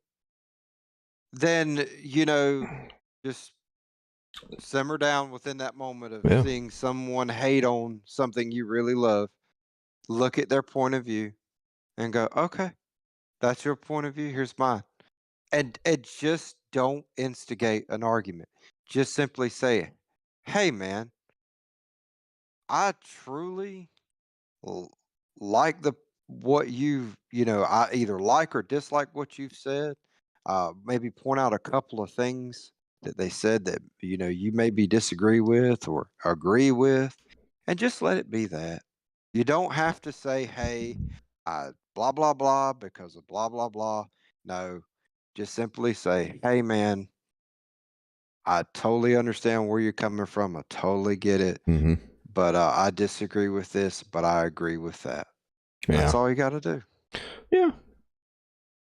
Nothing wrong with disagreements. Heck. No, there's nothing wrong with disagreements. That's what we need to normalize, not only in the toy community, but in real life. It is okay to agree to disagree. Yeah. It has always been that way. If someone thinks I'm full of it, I mean, that's fine. I don't... You think I'm full of it? That's fine. Go get your toy, bro. I mean, you and I don't see eye to eye on everything. I mean, there's a lot of Spawn content missing from your channel, so I'm just saying. I am working on it. In fact, I just bought a new Spawn figure today. And you know what? This Spawn figure would be amazing if it was featured on Soulkeeper's channel. So I think all of these subscribers that are in the chat and that are listening to this should say, hey, Soulkeeper, how about we get a little bit more Spawn on the channel? Which Spawn action figure is it? I bought the Mortal Kombat Commando Spawn today, and I absolutely that's love awesome. That's so cool. There's been a lot of really good Spawn toys recently that I would love to check out. But I still got to educate myself on Spawn before I go running my mouth. That's my big thing. I like to be educated before I go running my mouth. Otherwise, I sound like a fool. I grew up with Spawn. That was one of the things that I read. I watched the HBO series when I probably shouldn't have. I had the figures and I played with them alongside my Batman stuff when I was younger. So the thing with me is Spawn's always been there for me. And when he recreated the line and brought it back, hey, I love this stuff. And one of my other grails that unfortunately I missed the window to get in on the Kickstarter that he did for the Kickstarter Spawn. Wasn't that the throne one? No, the Throne Spawn is just a general release. Oh, that's right. Yeah, I remember now. But this one was like a classic inspired spawn. Okay.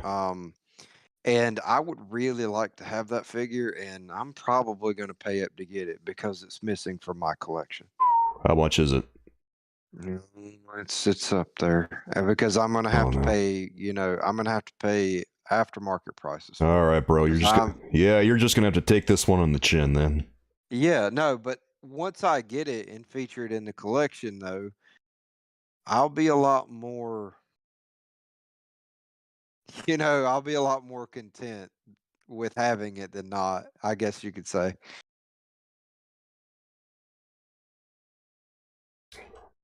Figure looks good. A casual collector says that Gorr looks good. It's worth 23 at most, not $30. That's it. Yeah, I would agree. At like $22 or $22.99 rather, I'd be pretty okay with this release. I'd be even at like $25, I'd say yeah, this is fine. But $30, whoo boy. For me, Gorr is really pushing it at that price, especially when we look at Marvel Select stuff. And I'm always looking at what Marvel Select is doing compared to what Marvel Legends is doing. I wish Marvel Select would have put out a Gorr. They probably will at some point. I mean, they're getting to a lot of different characters, surprisingly, recently. The whole Apocalypse thing is absolutely worth it. Like, it's... Do you have hands it? down. No, it's not out yet. Okay, I was wondering if it came out. I just didn't notice. Trying to remember the last Marvel Select figure that I bought. Oh, it was Sabretooth, because I didn't like the Marvel Legends version. I'm not gonna lie, Blaze, I am really pumped for that Apocalypse. That Apocalypse was amazing. Yeah, hands down. And I probably am going to end up with the Marvel Select Colossus and Juggernaut because I feel like their size is more appropriate to the Legends scale. I think I'm going to do a top 5 this year of just like general comic book toy releases and stuff. And I think Apocalypse is probably going to be on there. I'm working on a top 5. I'm going to put up a top 5 video on my channel. Hey, shill your channel, bro. So, probably towards the end of the year, I will have something up. I'm gonna do something for Halloween too, but I haven't decided what I'm gonna do yet. Spawn. Well, no, I was gonna save that for you. Hopefully by then you'll have a Spawn video. Yeah, you're right. You're right. I gotta open up my PO box in October for all the members out there. But I can tell you one thing that will be on that list. This is a spoiler. My 1/4 Donatello will be on that list. That is an incredible work of art and an incredible toy. All right, casual collector, I do not care about Hasbro and their shareholders. The shareholders have absolutely no bearing on any of my opinions. As far as I'm concerned, shareholders can kick rocks. That's where I'm at.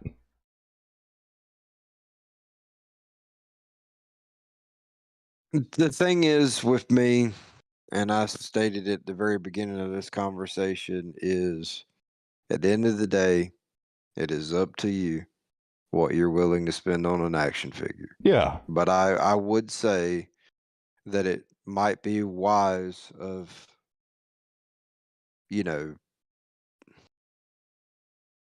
might be wiser, let's put it this way, might be wiser to go ahead and put that pre-order in and get something that you think might not ever reach your area. If this is something that you truly have to have for your collection. Now, if it's just something that you saw in the wild and you said, well, if I see it, I'll buy it. Cool. But if it's something that you really want, you need to go ahead and get that pre-order in as soon as you possibly can so you can have it on your doorstep at the time of release. Now, with me, I'm a gambling man. So I like the hunt. You're gambling. Yeah, I kind of figured you were based on all the driving you do, which is going to make for great content, by the way, when you finally do start producing videos. I still have not seen the Superpowers figures in my area. I drove 1 hour away to get the Batplane and Batman. Love them. Love them. Okay, collector, I understand where you're coming from completely. I'm just I'm just saying where I'm at. That's all. No shade at all. No, Blaze, you haven't seen any superpowers? Really? I got, like, Astrid went to Walmart, like, a couple of weeks ago and found Batman like that. I went looking today and didn't find anything. So it's just one of those things that I'm just going to have to wait out because I'm sure they're going to get them. They're doing a little bit of reset at my local Walmart. So once that reset is done, I'm pretty sure they're going to put out the superpower stuff. And I'm really looking forward to it. There was a lot of stuff on clearance today, but there was nothing that I wanted. What's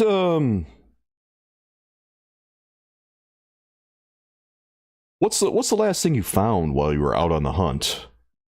Today I found the Commando Spawn and I found the G.I. Joe Croc Master with Fiona, and I bought both of those. Yeah, okay, that's awesome.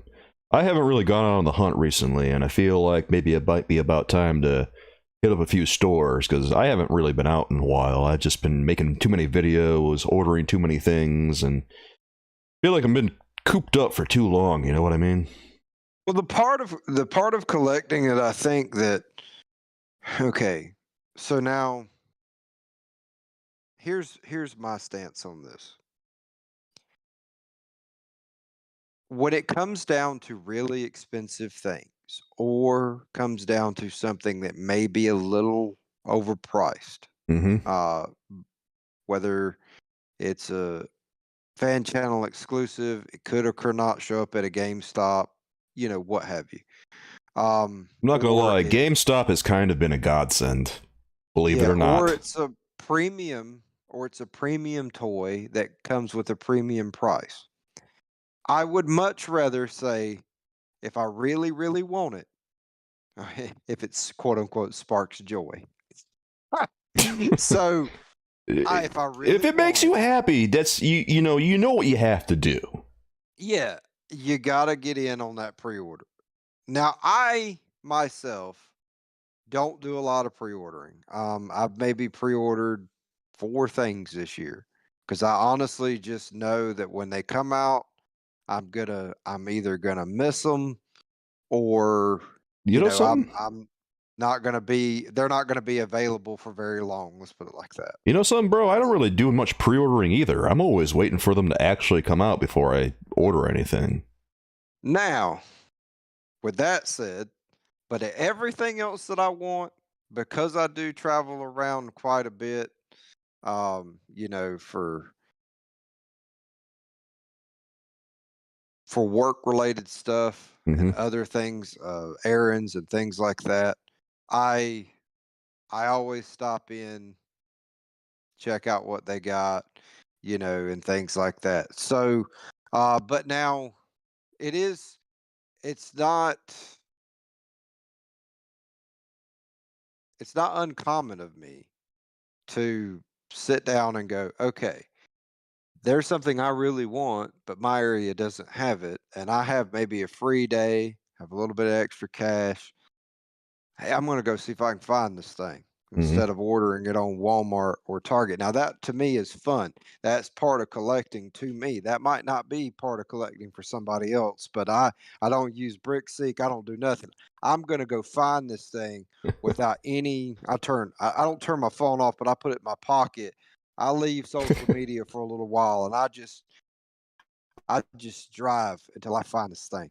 And if I don't find it, I had fun. My man, you are really kicking it old school over there in Texas.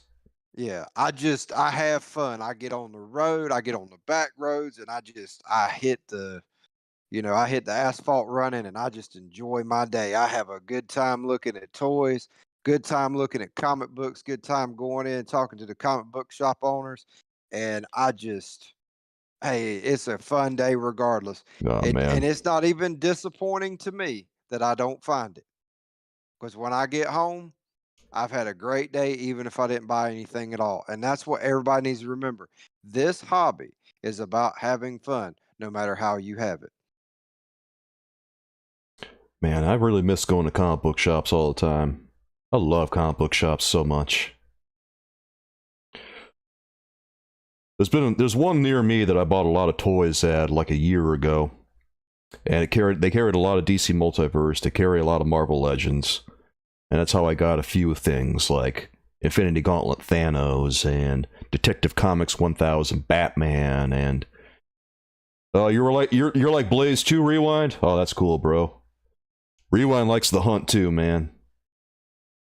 Because like I said on last week's stream, when I was growing up, there wasn't really anything in my area but maybe like a couple of stores. And then eventually, you know, like if you did good on a test at school or something, you get to go to Toys R Us.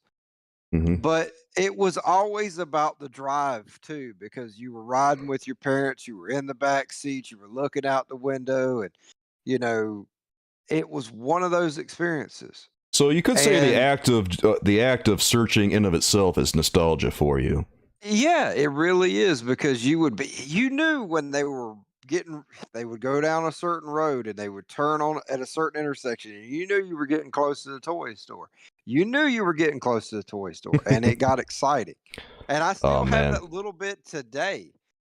When I would go to Toys R Us before they closed, I would be excited to get there. Oh man, I miss Toys R Us so much. You know, they were always like the highest price of any place you went to, but they were reliable. Like if you had a hard time finding something, you could go there, and a lot of times they had it. Yeah, they had it. I do have a few cartoons on DVD. But mostly today, I either have streaming subscription services, but now there are certain cartoons that are not available on those platforms. So I do definitely have those DVDs. And then some cartoons, they kind of just edit here and there. Like on Spider-Man and His Amazing Friends, there's a whole episode featuring the Red Skull that is not on Disney Plus. Yeah. Well, I like anime. Yeah. Now not modern anime. I like classic anime, vintage anime, whatever you want to call it. Early 90s, late 90s anime. So I have some of that stuff, and I have the mangas that go with them and things like that. But those are just you might not be able to find that series anymore. Right. Or you might not be able to find the version that you want. So, Blaze, what does it feel like when you're in the store and you're getting really close to the toy aisle? You know that feeling when you get up on Christmas morning when you were a kid. Oh my God, you're really doing Christmas morning right now. Yeah, you know that feeling you used to get when you were. You just couldn't wait to see what was there. You just like, oh man, I know that there's something in that box. That's kind of how I still feel today, because I'll get to the toy aisle and I'm like, oh, what's over here? What's over there? And I go to my certain sections that obviously I collect from, and I'm like, oh wait, they got the new set in. And it's always awesome to find something new, but it's always awesome to see something old too. So I just don't like to go to a store and see nothing. That's always disappointing. I'll say, okay, so Classic Soars says they recently went to the small Toys R Us in the American Dream Mall, and it was exciting. So wait, is there a Toys R Us someplace in America then? Yeah, they have opened up a little couple of shops here or there that they're selling some products out of. They look all right, but they're definitely not the Toys R Us that we remember. Okay, that's kind of disappointing. I think to get to any of the Toys R Us like the ones that we remember, you have to go up to Canada. Yep. And one day, I'm going to go back to Toys R Us one day. It won't be here in America, but I'm going to show up in Canada at some point. Oh, man. I would love to go shop at a Toys R Us in Canada. I think the real kicker is that you just have to pay customs on everything when you come back over the border. Hey, listen, it's Toys R Us. I'll take a pocket full of cash any day of the week. Who knows? Maybe you can get away and sneak some stuff back, baby. Oh, yeah. Yeah, doubt that, but No, they probably won't let you get away with that. I mean, I am the bandit, though. No, that is true. I almost forgot for a second that we're talking to a guy whose name is literally the Bandit. Let's keep it real here. You'll probably find a way. Wink, wink, nudge, nudge. Say no more. I mean, I do know a guy and his dog that drives a truck, so I might be able to get a couple of things.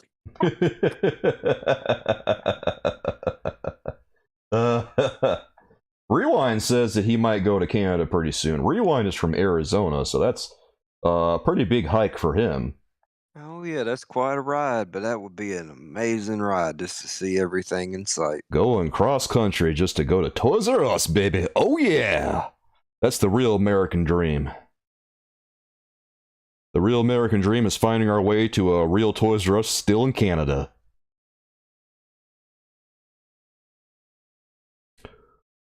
Like, I don't know if we have any Canadians in the chat who have been to Toys R Us over there, but what are they like? Are they like fully stocked? Do they have all the usual products that you maybe would have expected way back when Toys R Us was still a thing here in America?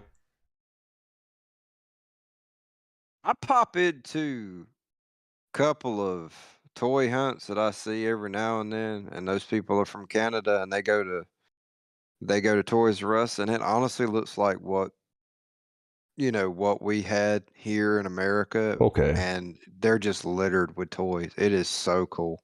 Oh my god. Canada has it good. You know that? I need to just move to Canada. I gotta find like a Canadian girlfriend.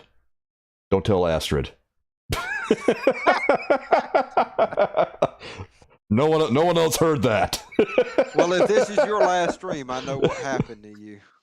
Soulkeeper, he rode off into the sunset, off into Canada to be with the Toys R Us's. He lives there now. It's the life he always wanted, to be next to the toys. He changed his name, his address, but he didn't change his hobbies. People wonder where I disappeared to, and then one of those random toy hunt videos, people see me just kind of lumbering around the background. like Bigfoot. If you show back up and you don't have a beard and you have short hair and you've started the Keever Soul channel, I'm going to know who you are.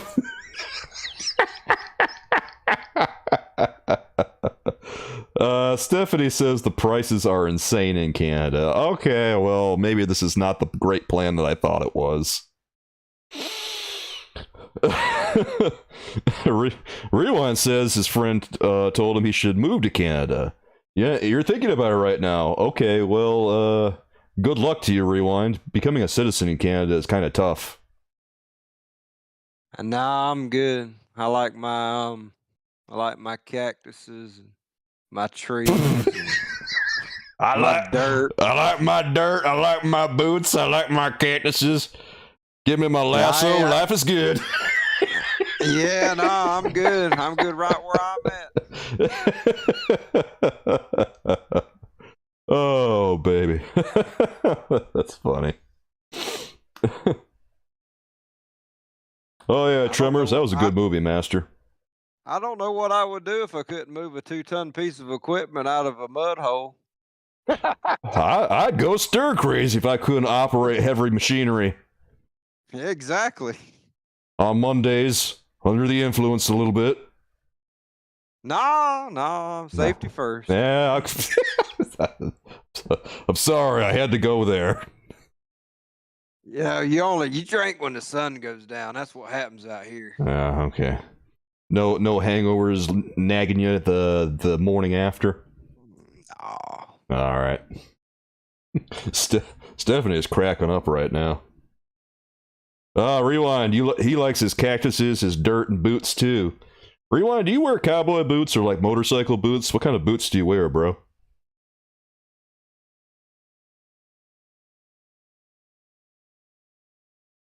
I don't even like when we have a mild winter here, so no, I don't I don't want to be where it's cold. I could handle the cold. I mean, I know all about the cold. The cold in Canada doesn't scare me. The only thing that scares me is high prices. Look at the price of a Marvel Legend over in Canada, I'll go, and then I'll keel over right in the middle of the aisle. That will be my final video. The sticker shock finally sends Soulkeeper to the grave. Well, you know, if the YouTube career doesn't work out, you can always move to Canada and get on one of them fishing boats and, catch the king crab and make all that money. That just sounds like the plot of, like, Trailer Park Boys. Did you just watch a season of Trailer Park Boys? You did, didn't you? Baby.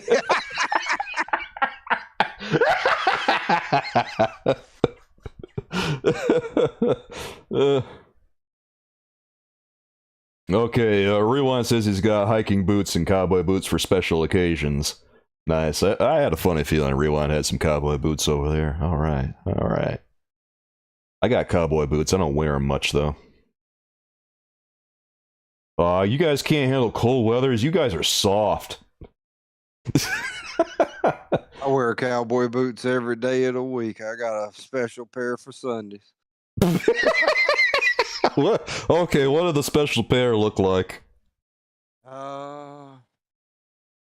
What makes them so special? I keep them clean. Oh. Oh.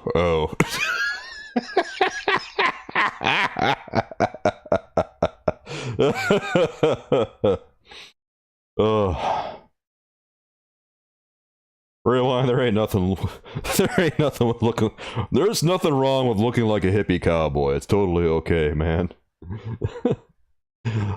I got my special Sunday shoes. My Sunday boots, what's the difference? They're clean.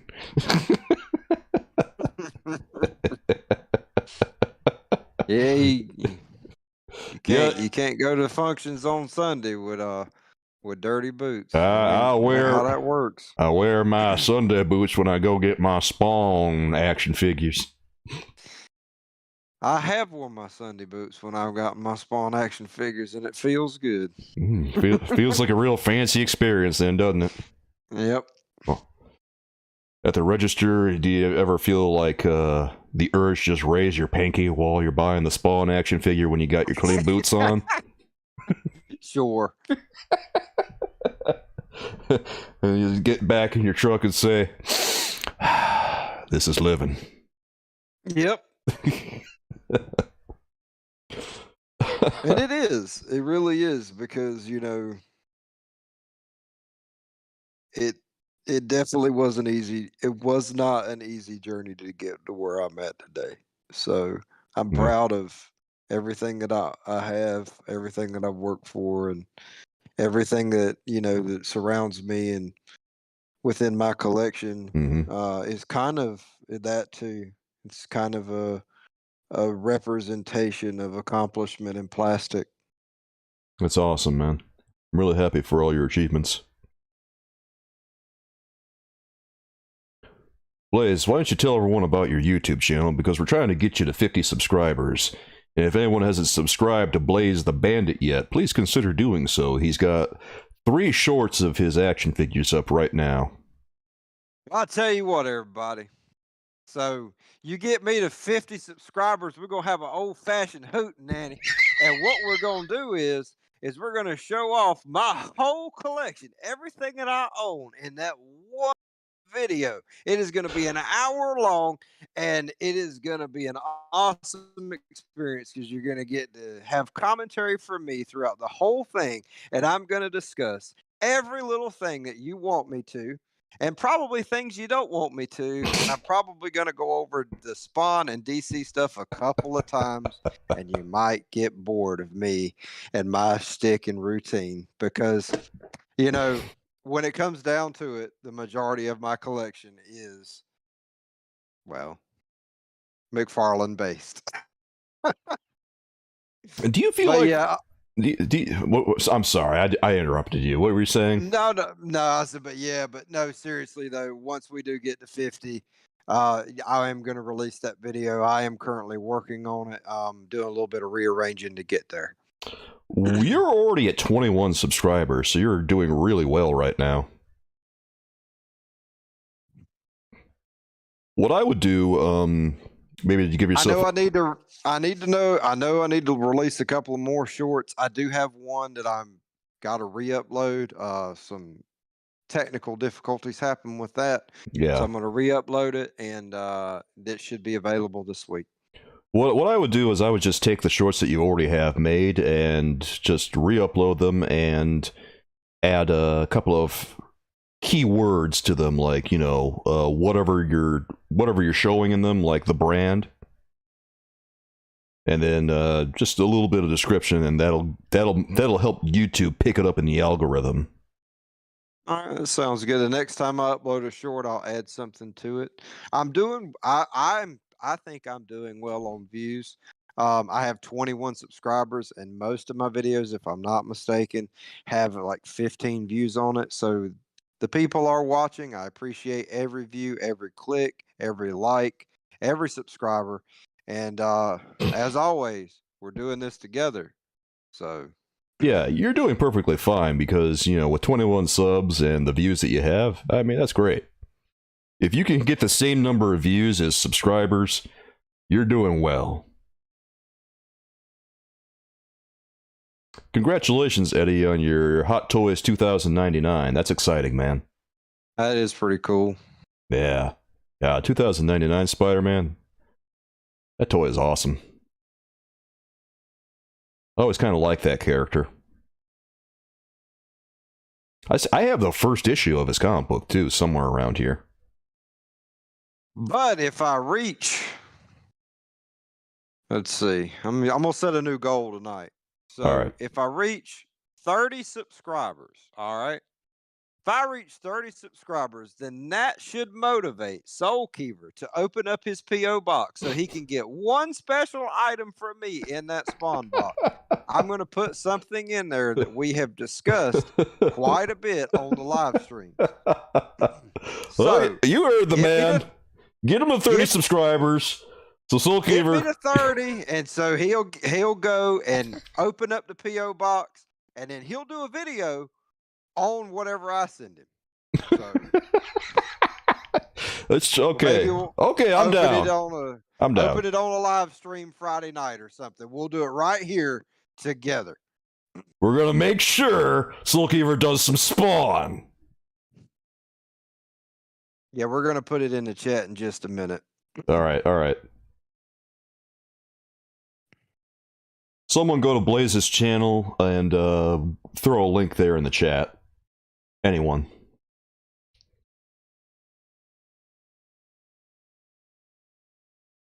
I would do it myself, but I'm, I kind of have to man things over here on my stream.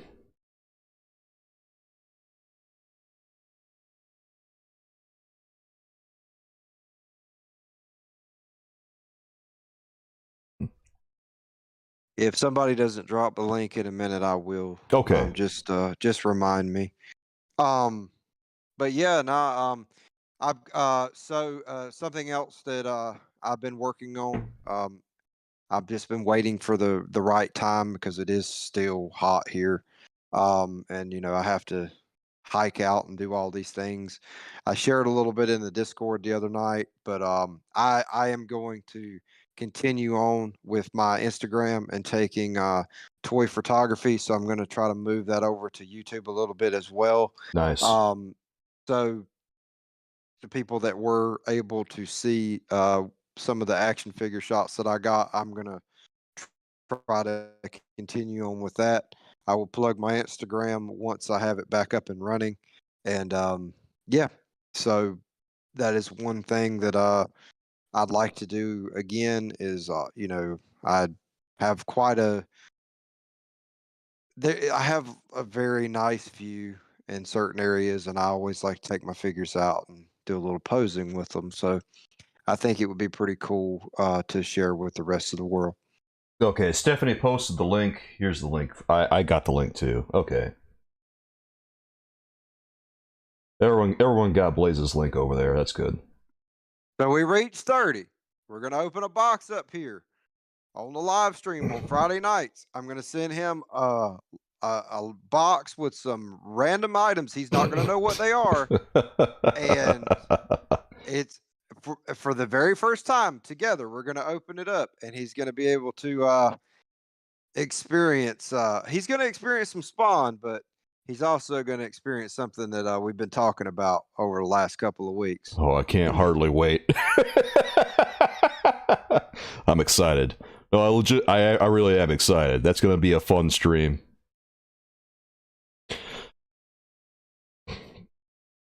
Man, I was going to ask something just now and I forgot what it was. Oh no. My mind just totally blanked. What happened? Oh yeah, I remember what I was going to say. I was going to say something about your Instagram. The stuff you're doing here on YouTube, you can just upload those on Instagram too if you put all the description and tags and stuff on there. And you can get a lot of good action over on Instagram, because Instagram is mostly Reels based at this point. That's pretty cool. I will definitely keep that in mind as I'm doing this. If you're going on Instagram, the things to do are Reels and carousels. If you don't know what a carousel is, it's just like the option to add multiple photographs on a post. So that people have to swipe left to see your other pictures. Can you send me a cactus? Oh god. I guess you could if you become a member. Because I'm mostly just making my P.O. box available to members, so that it's not because I don't like anyone here, it's just because you know, we don't need trolls knowing my P.O. box and stuff, you know what I mean, guys? Yeah, no, you don't want to release that to everybody, but for the people that are, you know, members, that is something cool. That's a cool perk, and I think that is definitely worth it. And obviously the membership is always worth it. You know, become a member, subscribe to the channel, subscribe to him, subscribe to me, subscribe to your other favorite content creators. Absolutely. Keep this thing going. I'm not a content creator, I'm a bandit, so I'm just here to have a good time. Yeah, the membership does a lot. It offers you access to the Discord, offers you access to my P.O. box in the future, it offers you access to members-only content. I am thinking about doing like a kind of a YouTube course for anyone who's like an aspiring toy YouTuber or just like a YouTuber in general, because I know a few things now. I don't know if anyone's interested in that, but I've been thinking about doing it. I'd be interested in it. I mean, you know, you've helped me quite a bit, and I really do appreciate that. And it's been a lot of fun, you know. It's made things a lot easier than me starting it out on my own. I can say that much. Yeah, there's just so much that I kind of have to just make videos about it, because there's too much to just tell you sitting here, you know? Yep. The thing with me and this, again, this is just part of it. This is part of the hobby. This is not something that I don't want anybody's money. All of your opinions are welcome. Of course, all your criticism, you know, hey, even if you want to just get on my video and tell me how much you hate me, if that makes you feel happy, then go right ahead. I don't have a problem with that.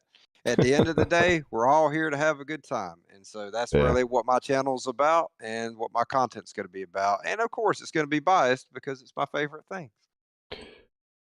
Well, if you follow my series Rewind that I'm going to do for my members, that I'm planning on doing, I can't guarantee that you're going to get overwhelmingly good results, but you'll probably get pretty good results.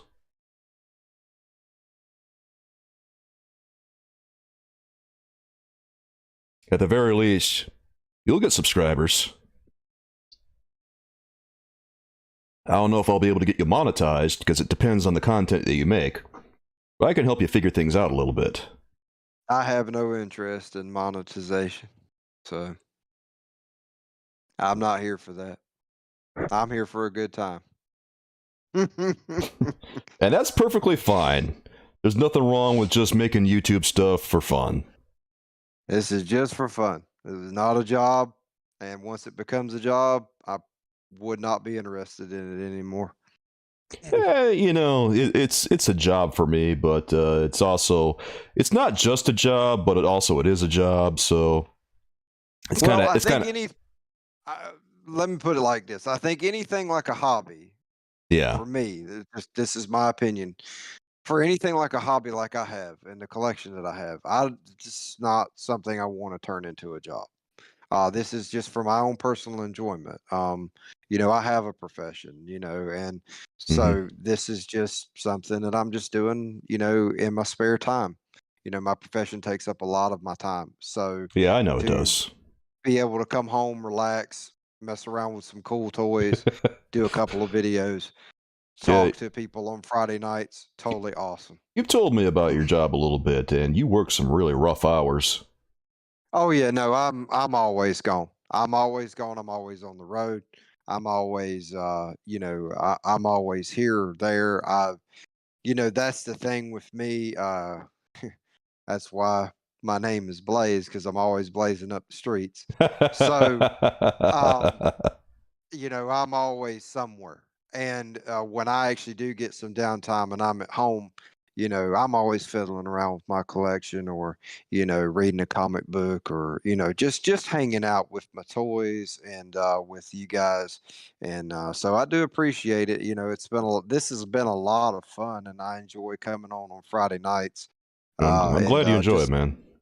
having a good time. That's all I'm here for. I'm glad that we got people that enjoy coming on. I was worried whether we would have people who enjoyed this, but now it feels good that we have, we got this weekly thing now, and it seems to become a very nice segment that people like listening to and we like doing. Yeah, yeah, definitely. I mean, last week we topped the numbers from the week before. Tonight's going to be no different. We're gonna top the numbers from last week. Stop right there.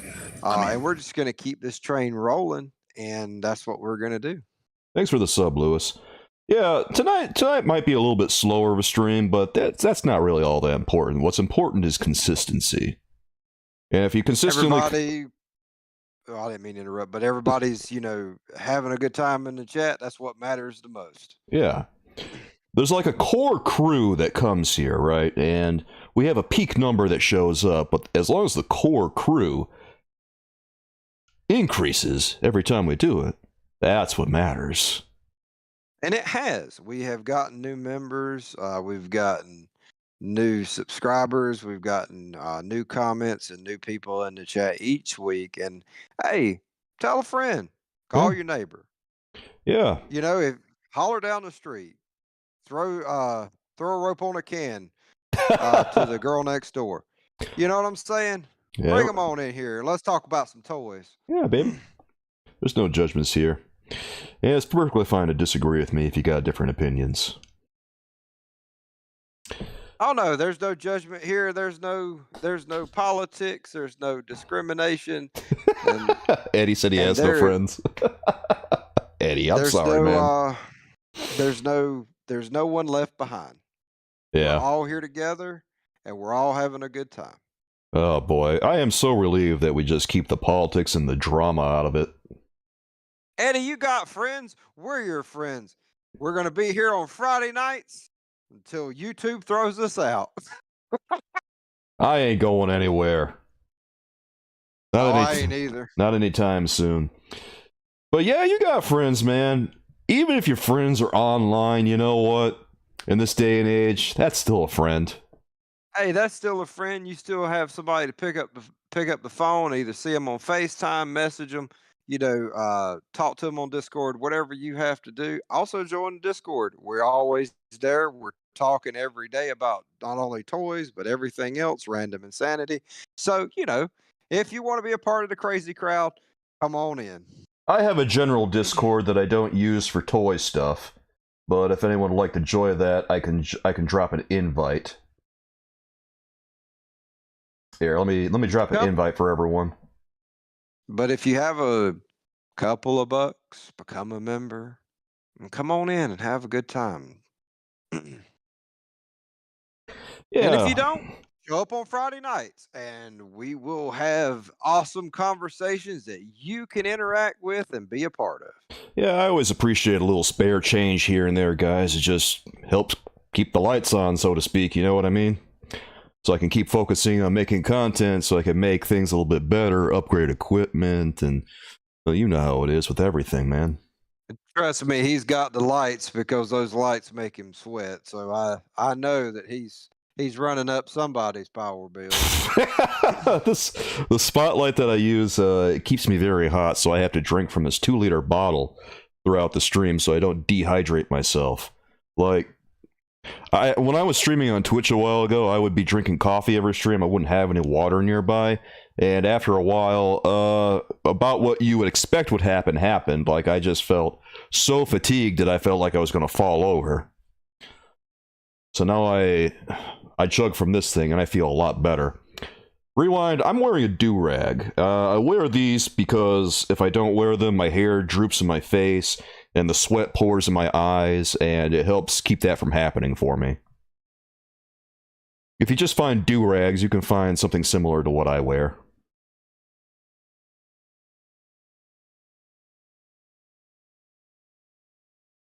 What you need is a good old 10-gallon hat. Yeah, I promised I was going to wear a 10-gallon hat when we did Farming Simulator, and I was going to play some Mexican music like Rewind wanted in the background. Are there any more stereotypes that I need to fulfill to make that a reality? I'll send you a John Deere hat. You gotta have a John Deere hat if you're gonna run a John Deere in the stream, man. You just gotta have one. You can't do it without both. Yeah, see here, we're gonna fire up this here tractor. We're gonna take care of business, son. A whole lot of corn that needs to be planted out there in the field, and we're gonna make it happen. Now saddle up. Gotta plant the corn. See, them there cornfields are barren. There's no crops this year. We're gonna be poor if we don't get something done. That's my questionable roleplay. He's LARPing as a farmer, y'all. We're talking about a let's play that I'm going to do over on my gaming channel at some point. Because I want to do. He's gonna have the full-on suspenders and the John Deere hat and a little bit of chew in the side of his mouth. Oh God! Can I just use bubble gum instead? I don't want oral cancer, man. Oh, it'll be all right. Well, what's a little bit of chew? You'll be all right. You got to get a spittoon off to the side so you spit in it and it dings.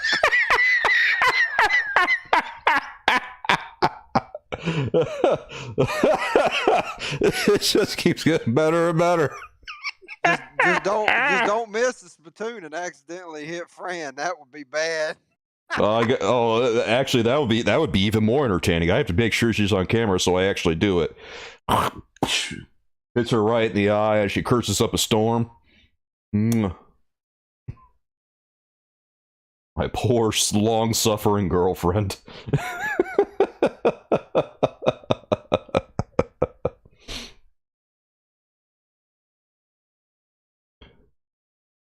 Well, Blaze, what's your next short going to be about? Tell us. Did you say already? No, I have not. I think I'm going to give everybody a little sneak peek at my wrestling collection. See how that goes. Oh yeah, that'll be great. And then I'll go from there. I'm going to be doing a little bit of teaser here and there on a couple of things. Building into that video that I'm heading into. So I think it's going to be really cool, and it's going to be definitely exciting for me and hopefully everybody that's watching. I think that people are really going to enjoy it. Like WWE? No. Yeah, WWE. No, I don't chew. I don't smoke either.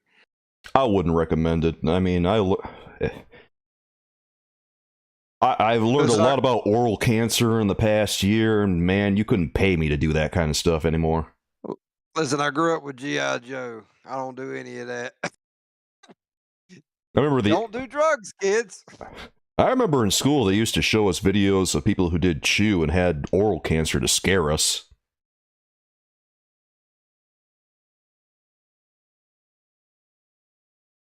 But yeah, I live a pretty clean lifestyle. Yeah, I don't drink or smoke or anything. I just my biggest drug is probably caffeine. I suck down a lot of coffee. I drink a lot of soda from time to time. You sure it's that or trolling people on Twitter? You know what? Trolling people on Twitter, just trolling in general sometimes is one of my biggest problems too. Like sometimes I got a little voice in the back of my head that says don't troll, and then I just swallow my side and then I decide to troll. I don't think I really have a vice of anything. My wallet is definitely happy though when I decide not to order that whole set off McFarlane website.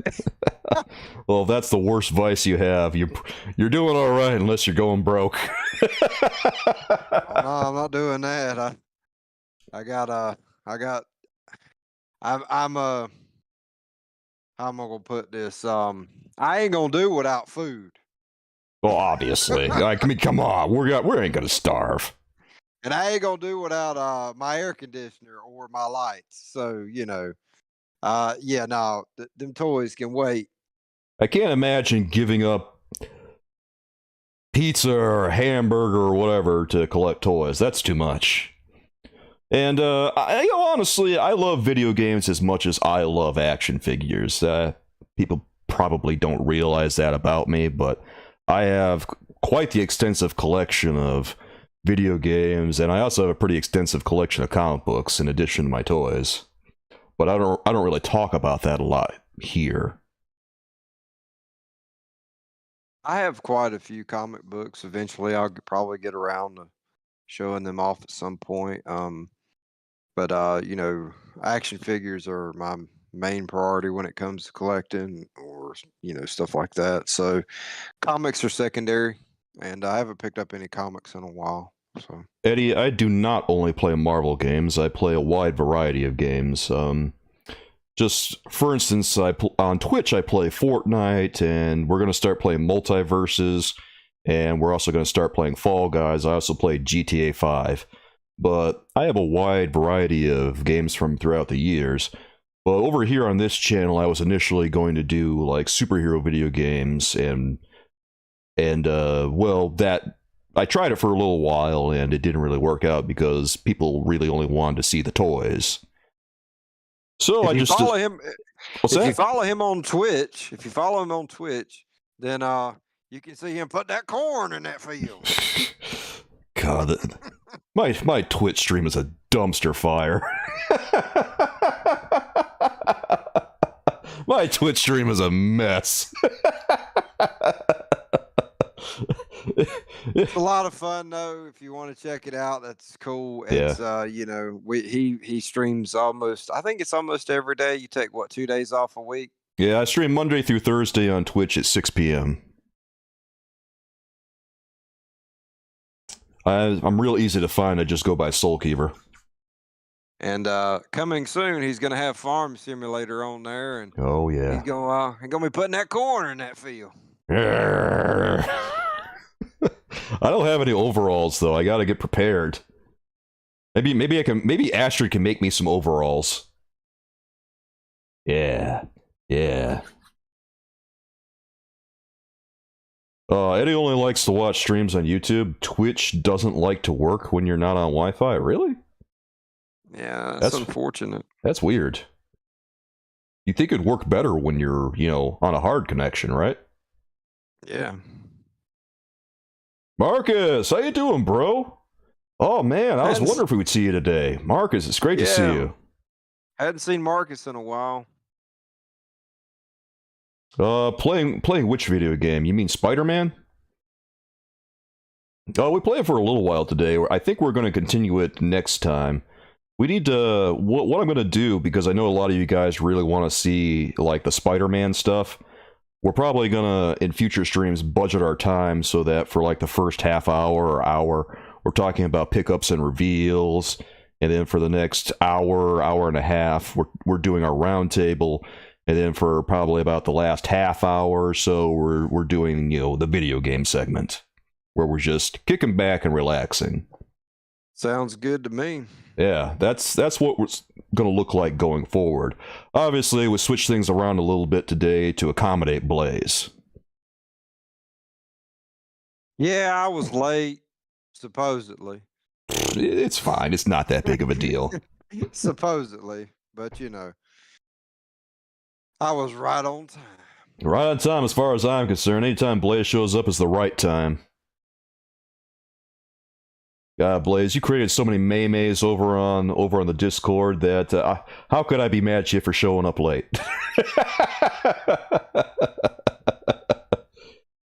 It felt like I played for 5 minutes. I played for like a half hour, I think.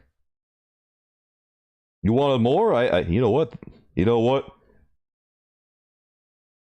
If the chat is wanting the game, then it's so what time is it? Well, I think it's time to play the game. All right. So I'm gonna head out, guys. All right, Blaze. I'll probably be around in the chat. If you feel like chatting, come find me. You know where to find. Some people know where to find me. Some people don't. But you can always find me on my channel. Absolutely. And so till next Friday, I'll be around sometime for the round table, and you'll get to hear all my thoughts and opinions and everything in between next Friday night. So appreciate it as always. Everyone, thank you for the subs. And again, I can't thank you enough.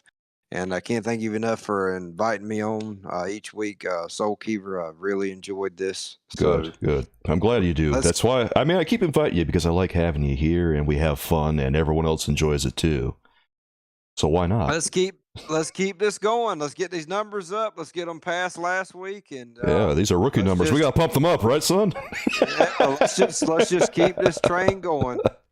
All right, guys. I'll catch you later. All right, Blaze. I'll see you soon, man. Later.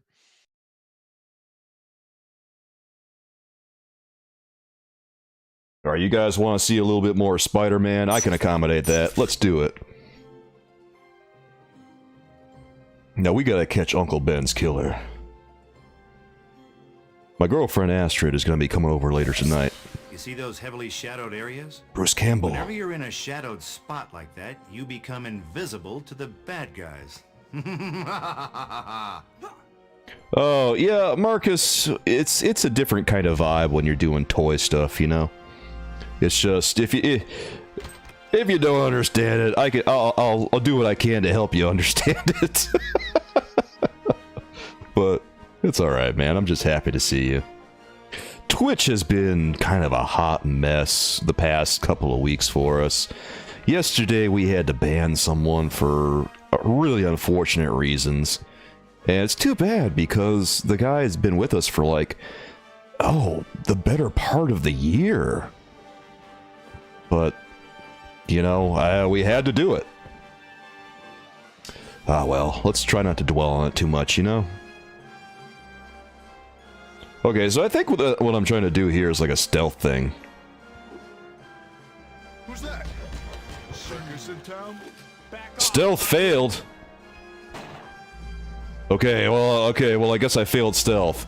I was supposed to be stealthy and it didn't work. Looks like the freak wants to play.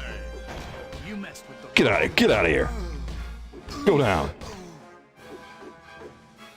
Your nephew does? See, that's why I wanted to get back into this, because I know a lot of you guys are really excited to see the Spider-Man content.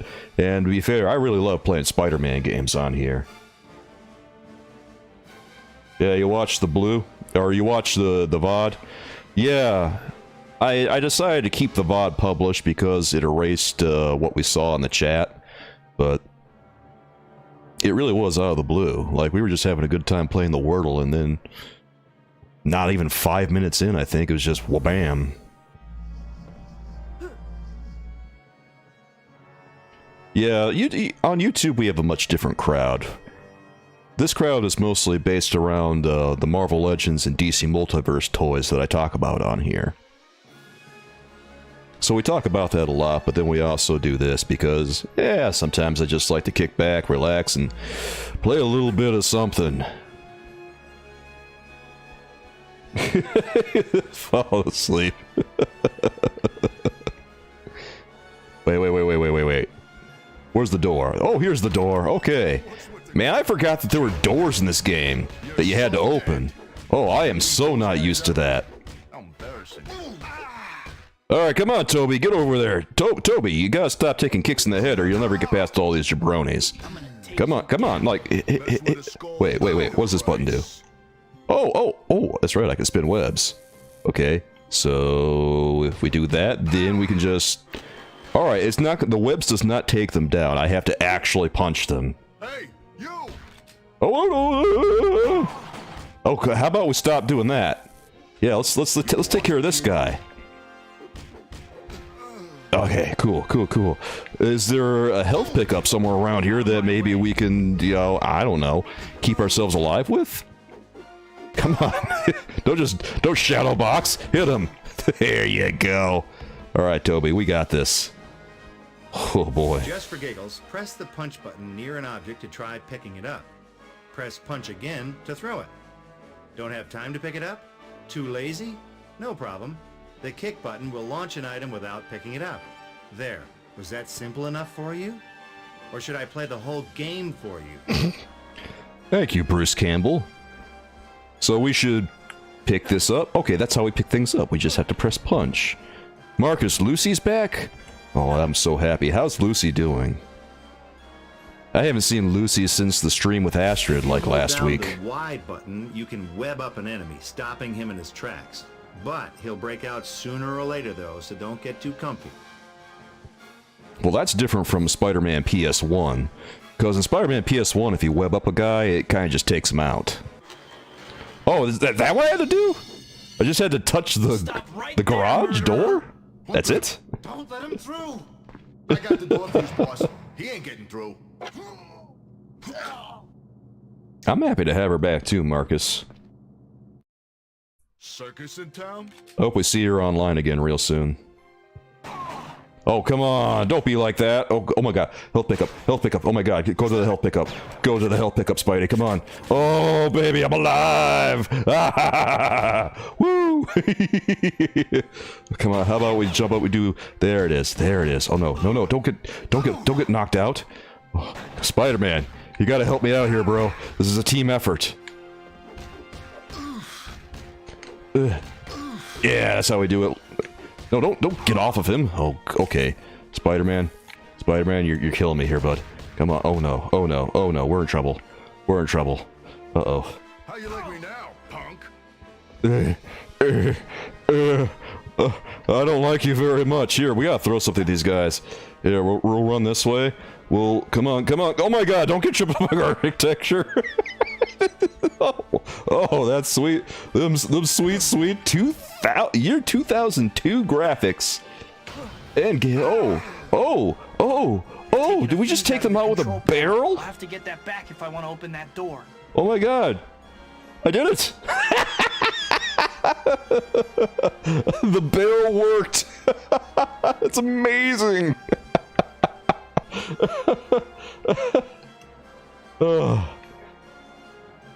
Spidey moves fast. It's just like the controls are very much 2002, so they take some getting used to again in the year of our Lord 2022.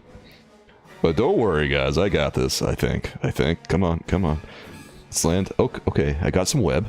All right, and wait. What if I? Okay, that was not supposed to work. The first day's back, she is already kissing you and Sam on stage. Oh, nice. Ooh la la, Marcus.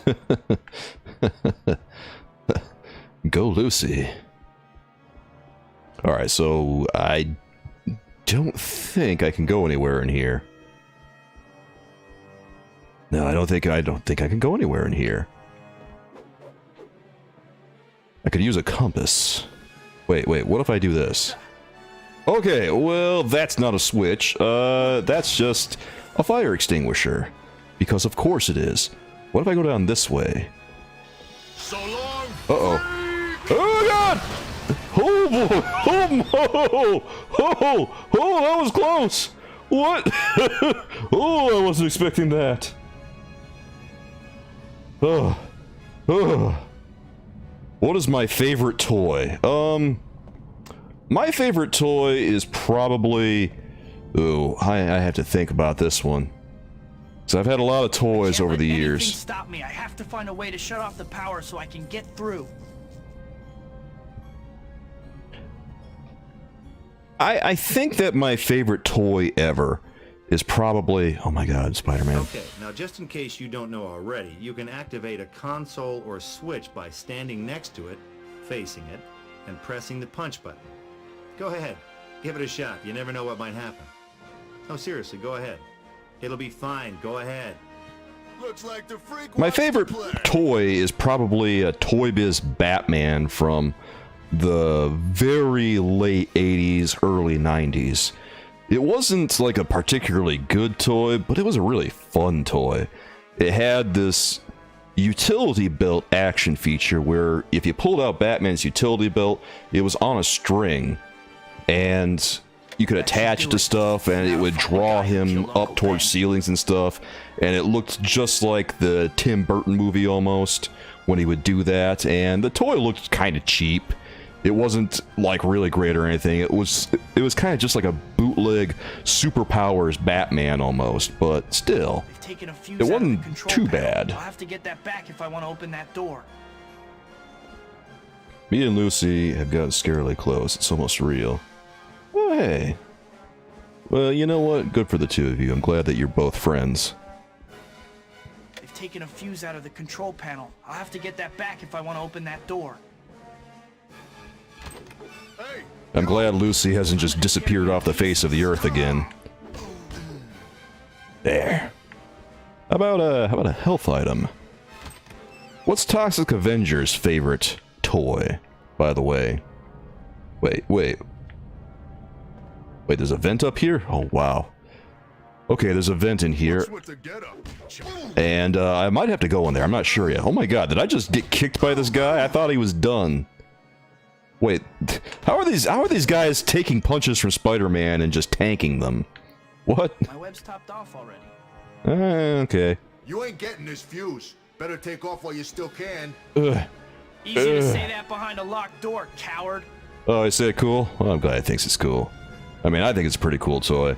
Honestly, my favorite toy can vary day to day, because I've had a lot of different toys over the years. For this. I've got to find the switch to shut off the power. Oh no, oh no. I thought I already shut off the power over there. Well, where's... Here, we're just gonna smash a bunch of stuff. Oh, can I not pick these up? I can't pick these up? What? My web's topped off already. Here, let's go in here. And I can't go this way, because I gotta turn the power off. Come on, get back over there, Spider-Man. Yeah, that's not happening. He can't pick, he likes them all. Oh, he's got Fortnite toys? I'm actually surprised he has Fortnite toys. I didn't think that kids were really into all the Fortnite stuff. I didn't think that, well, I know they're in the Fortnite, the game. I didn't think that they were into Fortnite, the toys, though. Is this the right place? Ooh, actually, that might be it. Wait. No, I was just here.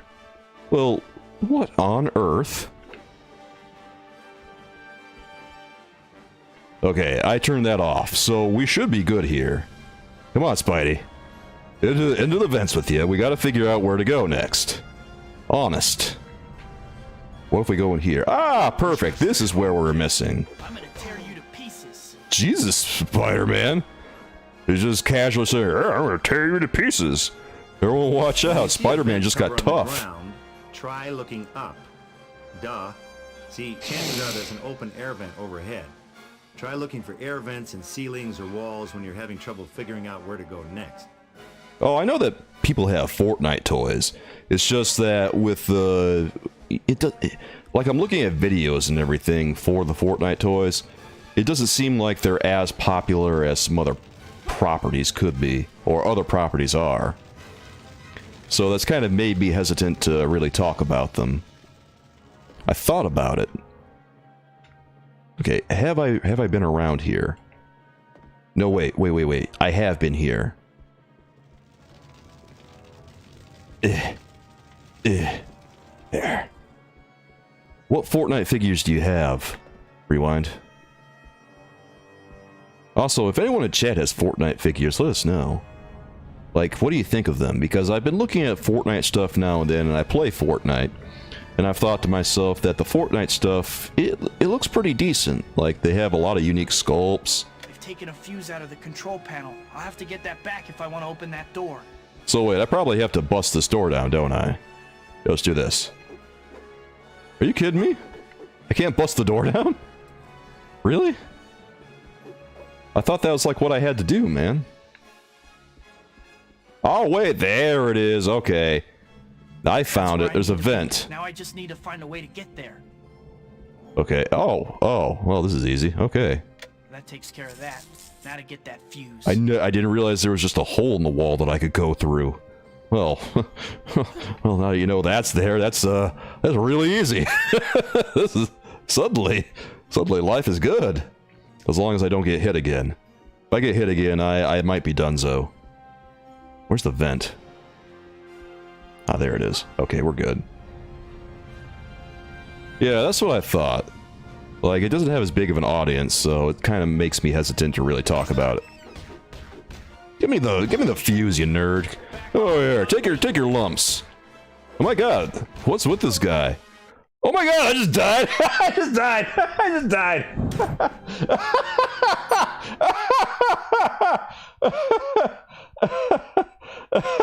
Yeah, Marcus, I'm glad you noticed that too. Like, these old games, they'll give you the vaguest of hints and just be like, hey, why don't you do this? Hey, I really need to find this, and I'm just sitting here going, well, where am I supposed to go? Oh no, they're gonna send me right back to the beginning of the level. That is awful. Okay. Fine. You see those heavily shadowed areas? Whenever you're in a I hit that guy like a dozen times and it didn't phase him. He tanked those shots, man. Like, that dude's forearm should be busted up after getting hit by Spider-Man. Are you kidding me? This goofy game. I love it. This is what I get for being a historian of this kind of stuff. I play these old games, and, you know, they seem fine 20 years ago. You go back and play them these days and go, ooh, wow. I remember this being different. Oh, wow. Oh, okay. Yeah, this is happening. Oh. So, let's try to be stealthy this time, shall we? Yeah, that seems like the thing to do. Let's be real stealthy. We'll go over... Do I have to beat all these guys up? I actually don't even remember.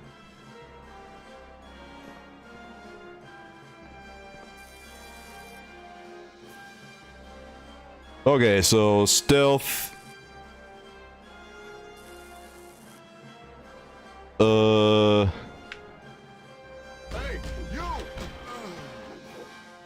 Stealth failed. Okay, so much for stealth. Stealth is done again.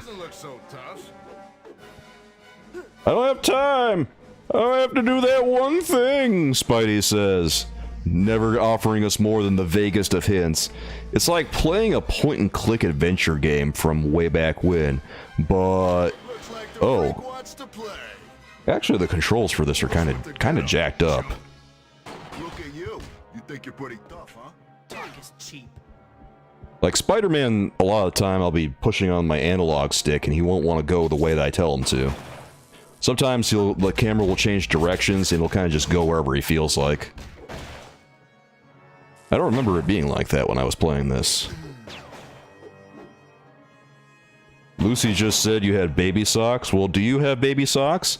Is there a reason she's telling you you have baby socks? Do you need man socks? Oh no. I don't like this. That fire extinguisher was supposed to go in that guy's face, not across the room, man.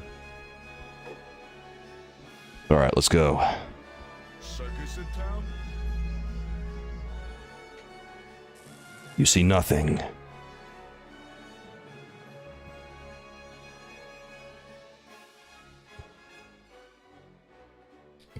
Alright.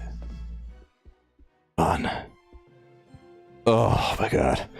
He keeps wall crawling when I'm trying to make him run across the room. Oh. Oh, Spider-Man. Oh, Spider-Man. Why are you, Spider-Man? So one of these doors I had to go into. I don't remember which one it is, though. Who's that? Was there a... Oh, wait. I have to... Oh, yeah, I have to duke it out with this guy. I forgot about that, too. Alright, let's, take him out. That's easy enough. Oh, there was a whole door there. Oh, look! Look, look! Oh, come on, come Spider-Man, get on the roof! Oh my god! To allow your foot to... Wait. Wait, is Large Bro giving us a detailed account of his socks right now? Oh, that's amazing. Tear you to pieces. They're ballet socks. They are made to be stretched. That's why she's telling you got baby socks. Uh-oh. Uh-oh. You got baby socks, if you hold bruh. down the Y button, you can web up an enemy, stopping him in his... Yeah, Bruce, we know. How about we open this thing up? There we go. Okay, I have to take out the enemies, apparently. Huh? What the? Don't let him through. I got the door fuse, boss. He ain't getting through. Oh, this is so stereotypical. I got the doors for you, boss. Don't worry about it. Oh, here we go. Here goes nothing. And don't... Come on, come on. You lost, kid? Ooh. Oh, that's right. I have a kick, too. I forgot I had a kick. Yeah, let's use that. Okay, he's down. And he's up. And now he's down again. Marcus is frustrated at the sock slander. Oh, God. I mean, I don't know what to tell you, man. Just stick around. There'll be a lot more sock slander where that came from. Yeah. Okay. I'm alive. And I think I already consumed the power up. They've taken a fuse out of the control Come on, panel. let's go, I'll let's have to go. Get that back if I want to open that door. Nice work. Well, that didn't take very long. This poor guy. Doing his best. Drives a forklift across the entire factory. Still can't hit Spider-Man. See, that's what I'm saying, Large Bro. Why do they all sound like they're... Why do they all sound like they're in the mob? Isn't this just a gang or something? That should do it. Yeah. Gotta find the guy who killed Uncle Ben. Yeah, let's go find him, Pete. We got this, baby. This is a lot harder than it is in the movie. Like, in the movie, the guy who got Uncle Ben, he doesn't have a whole posse. I have to get that back if I want to open that door. Oh, God. Yeah, Stephanie, what's your favorite toy, anyway? Hey, let me go. Oh, this is nice. Oh, hey. Oh, yeah. Oh, yeah, I don't mind that at all. Yeah, it's just, we could ride more guys' shoulders like this. Not so tough now, huh? What are you doing? Yeah, there you go. Come on, come on, come on, knock him out. Don't take any guff from these guys. She has fingerless gloves, but in sock form. So she just has socks where her toes hang out. That takes care of that. She literally has toe socks. That's weird. She knows that's weird, right? Like, what is the point of toe socks?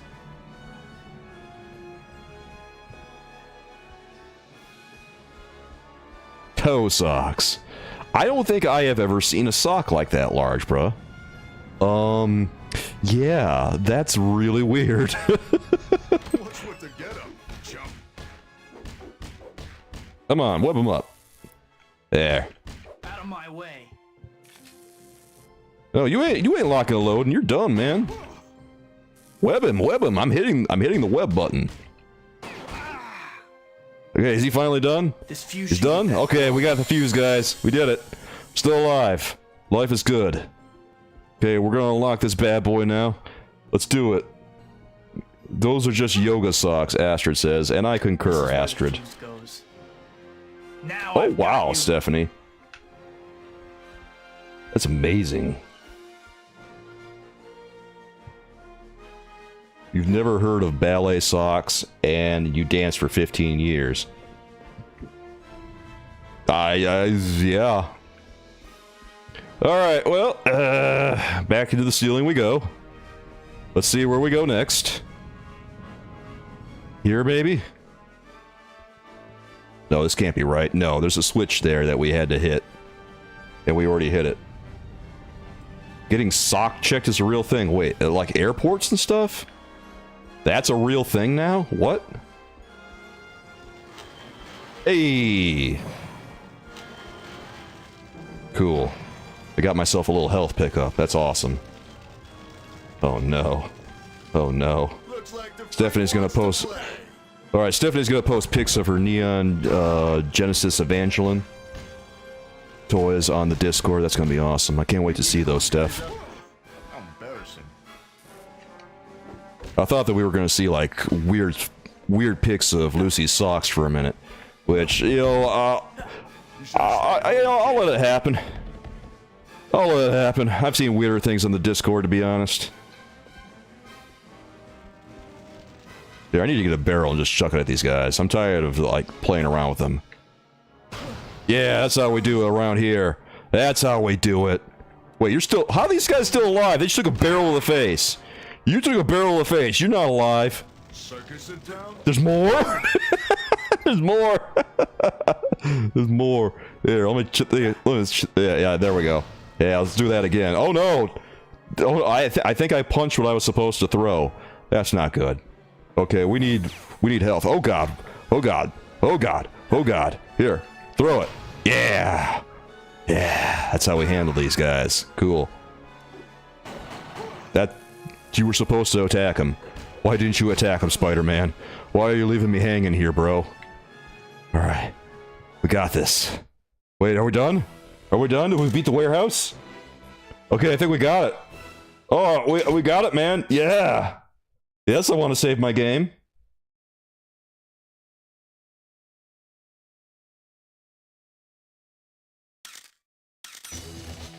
If you have high socks, you're cool. Wait, that's really a thing? I got high socks. Does that mean I'm cool? Or do you mean like if you have your socks around your ankles, you're lame, but if you have your socks up high around your legs, you're cool? Okay, so I am cool then, Astrid. Awesome. Rewind, you've seen Stephanie's toys? I bet Stephanie has a really nice collection. I bet Stephanie's collection is very choice. Why does it have to be khakis? How am I supposed to breathe if I'm wearing khakis, man? Oh god, there's another level in the warehouse? I thought we'd be fighting supervillains by now. We better be fighting like Uncle Ben's killer like yesterday. This better be the last introductory level, I swear. Wait. Okay, I can't go anywhere there. Through the vents we go, and wait. What's over here? Okay, it's just more stuff. Looks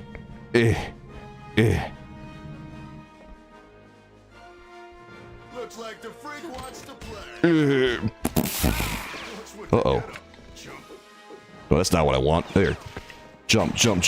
And, oh my god, you're supposed to throw the tire at him, not just pick it up to keep up appearances. Yeah, oh, come on, I just threw a tire at your head. That did nothing? Where is he? Did they just say, where am I? Come on, I'm not that sneaky. I'm running throughout a warehouse in like bright red, bro. Not so tough now, huh? Oh my god, climb up, climb. There we go. Look at that. The tires just bounce off the head. Did the designers of this game realize how heavy a tire is? Like, they realize that tires are... You know, you hit someone with a tire, they're probably not getting up, right? Those guys up? How embarrassing. Are you really calling me embarrassing? You're the guy. You're the ones getting hit by tires. Don't judge me. Jesus. Oh no, Rewind's got ankle socks. You're lame, bro. What are you even doing, Rewind? You gotta get yourself some... You gotta pull those socks up to like your... I don't know, your knees, bro. And then you gotta get cool. If you press the right thumbstick button, you'll enter what we call look-around mode. In this mode, a targeting reticle will appear, which you can aim with the right thumbstick. When the reticle turns green, catch this, you're in zip range, baby. Press the black button to zip to the point you're aiming at, or press the right thumbstick button again to exit look-around mode.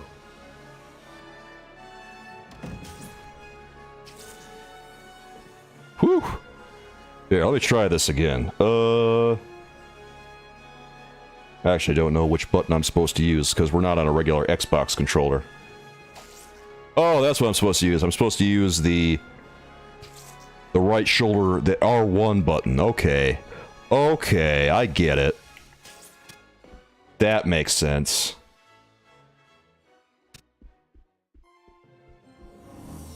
Ooh, a new combo. Oh. Well, that wasn't supposed to happen, obviously. Okay, here we go. Circus in town? Yeah. You messed with the wrong guy. Oh, that's right. I got combos, dude.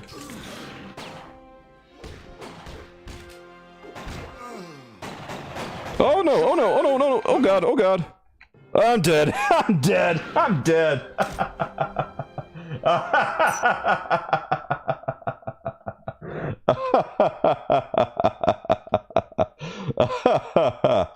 All right.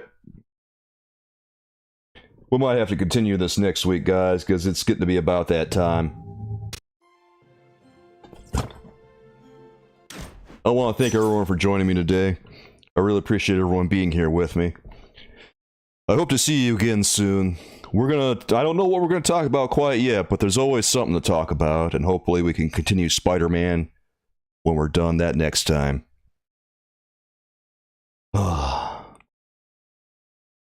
It's great talking with everyone. It's great hanging out with y'all. And I'll be back with you again very soon. If you want to catch me over on Twitch, I stream Monday through Thursday at 6 p.m. Eastern Standard Time. And if you want to find me on TikTok, Instagram, and Twitter, I go by Soulkeeper. And of course, I'm here Fridays at 6. Come on by, we'll talk about stuff. But anyway, it's about time for me to head out. I gotta eat dinner, do some editing, all that business. Hope to see you guys again real soon. Night, Bon. It's nice to see you, man. Until next time, guys. With love from me to you. Bye-bye.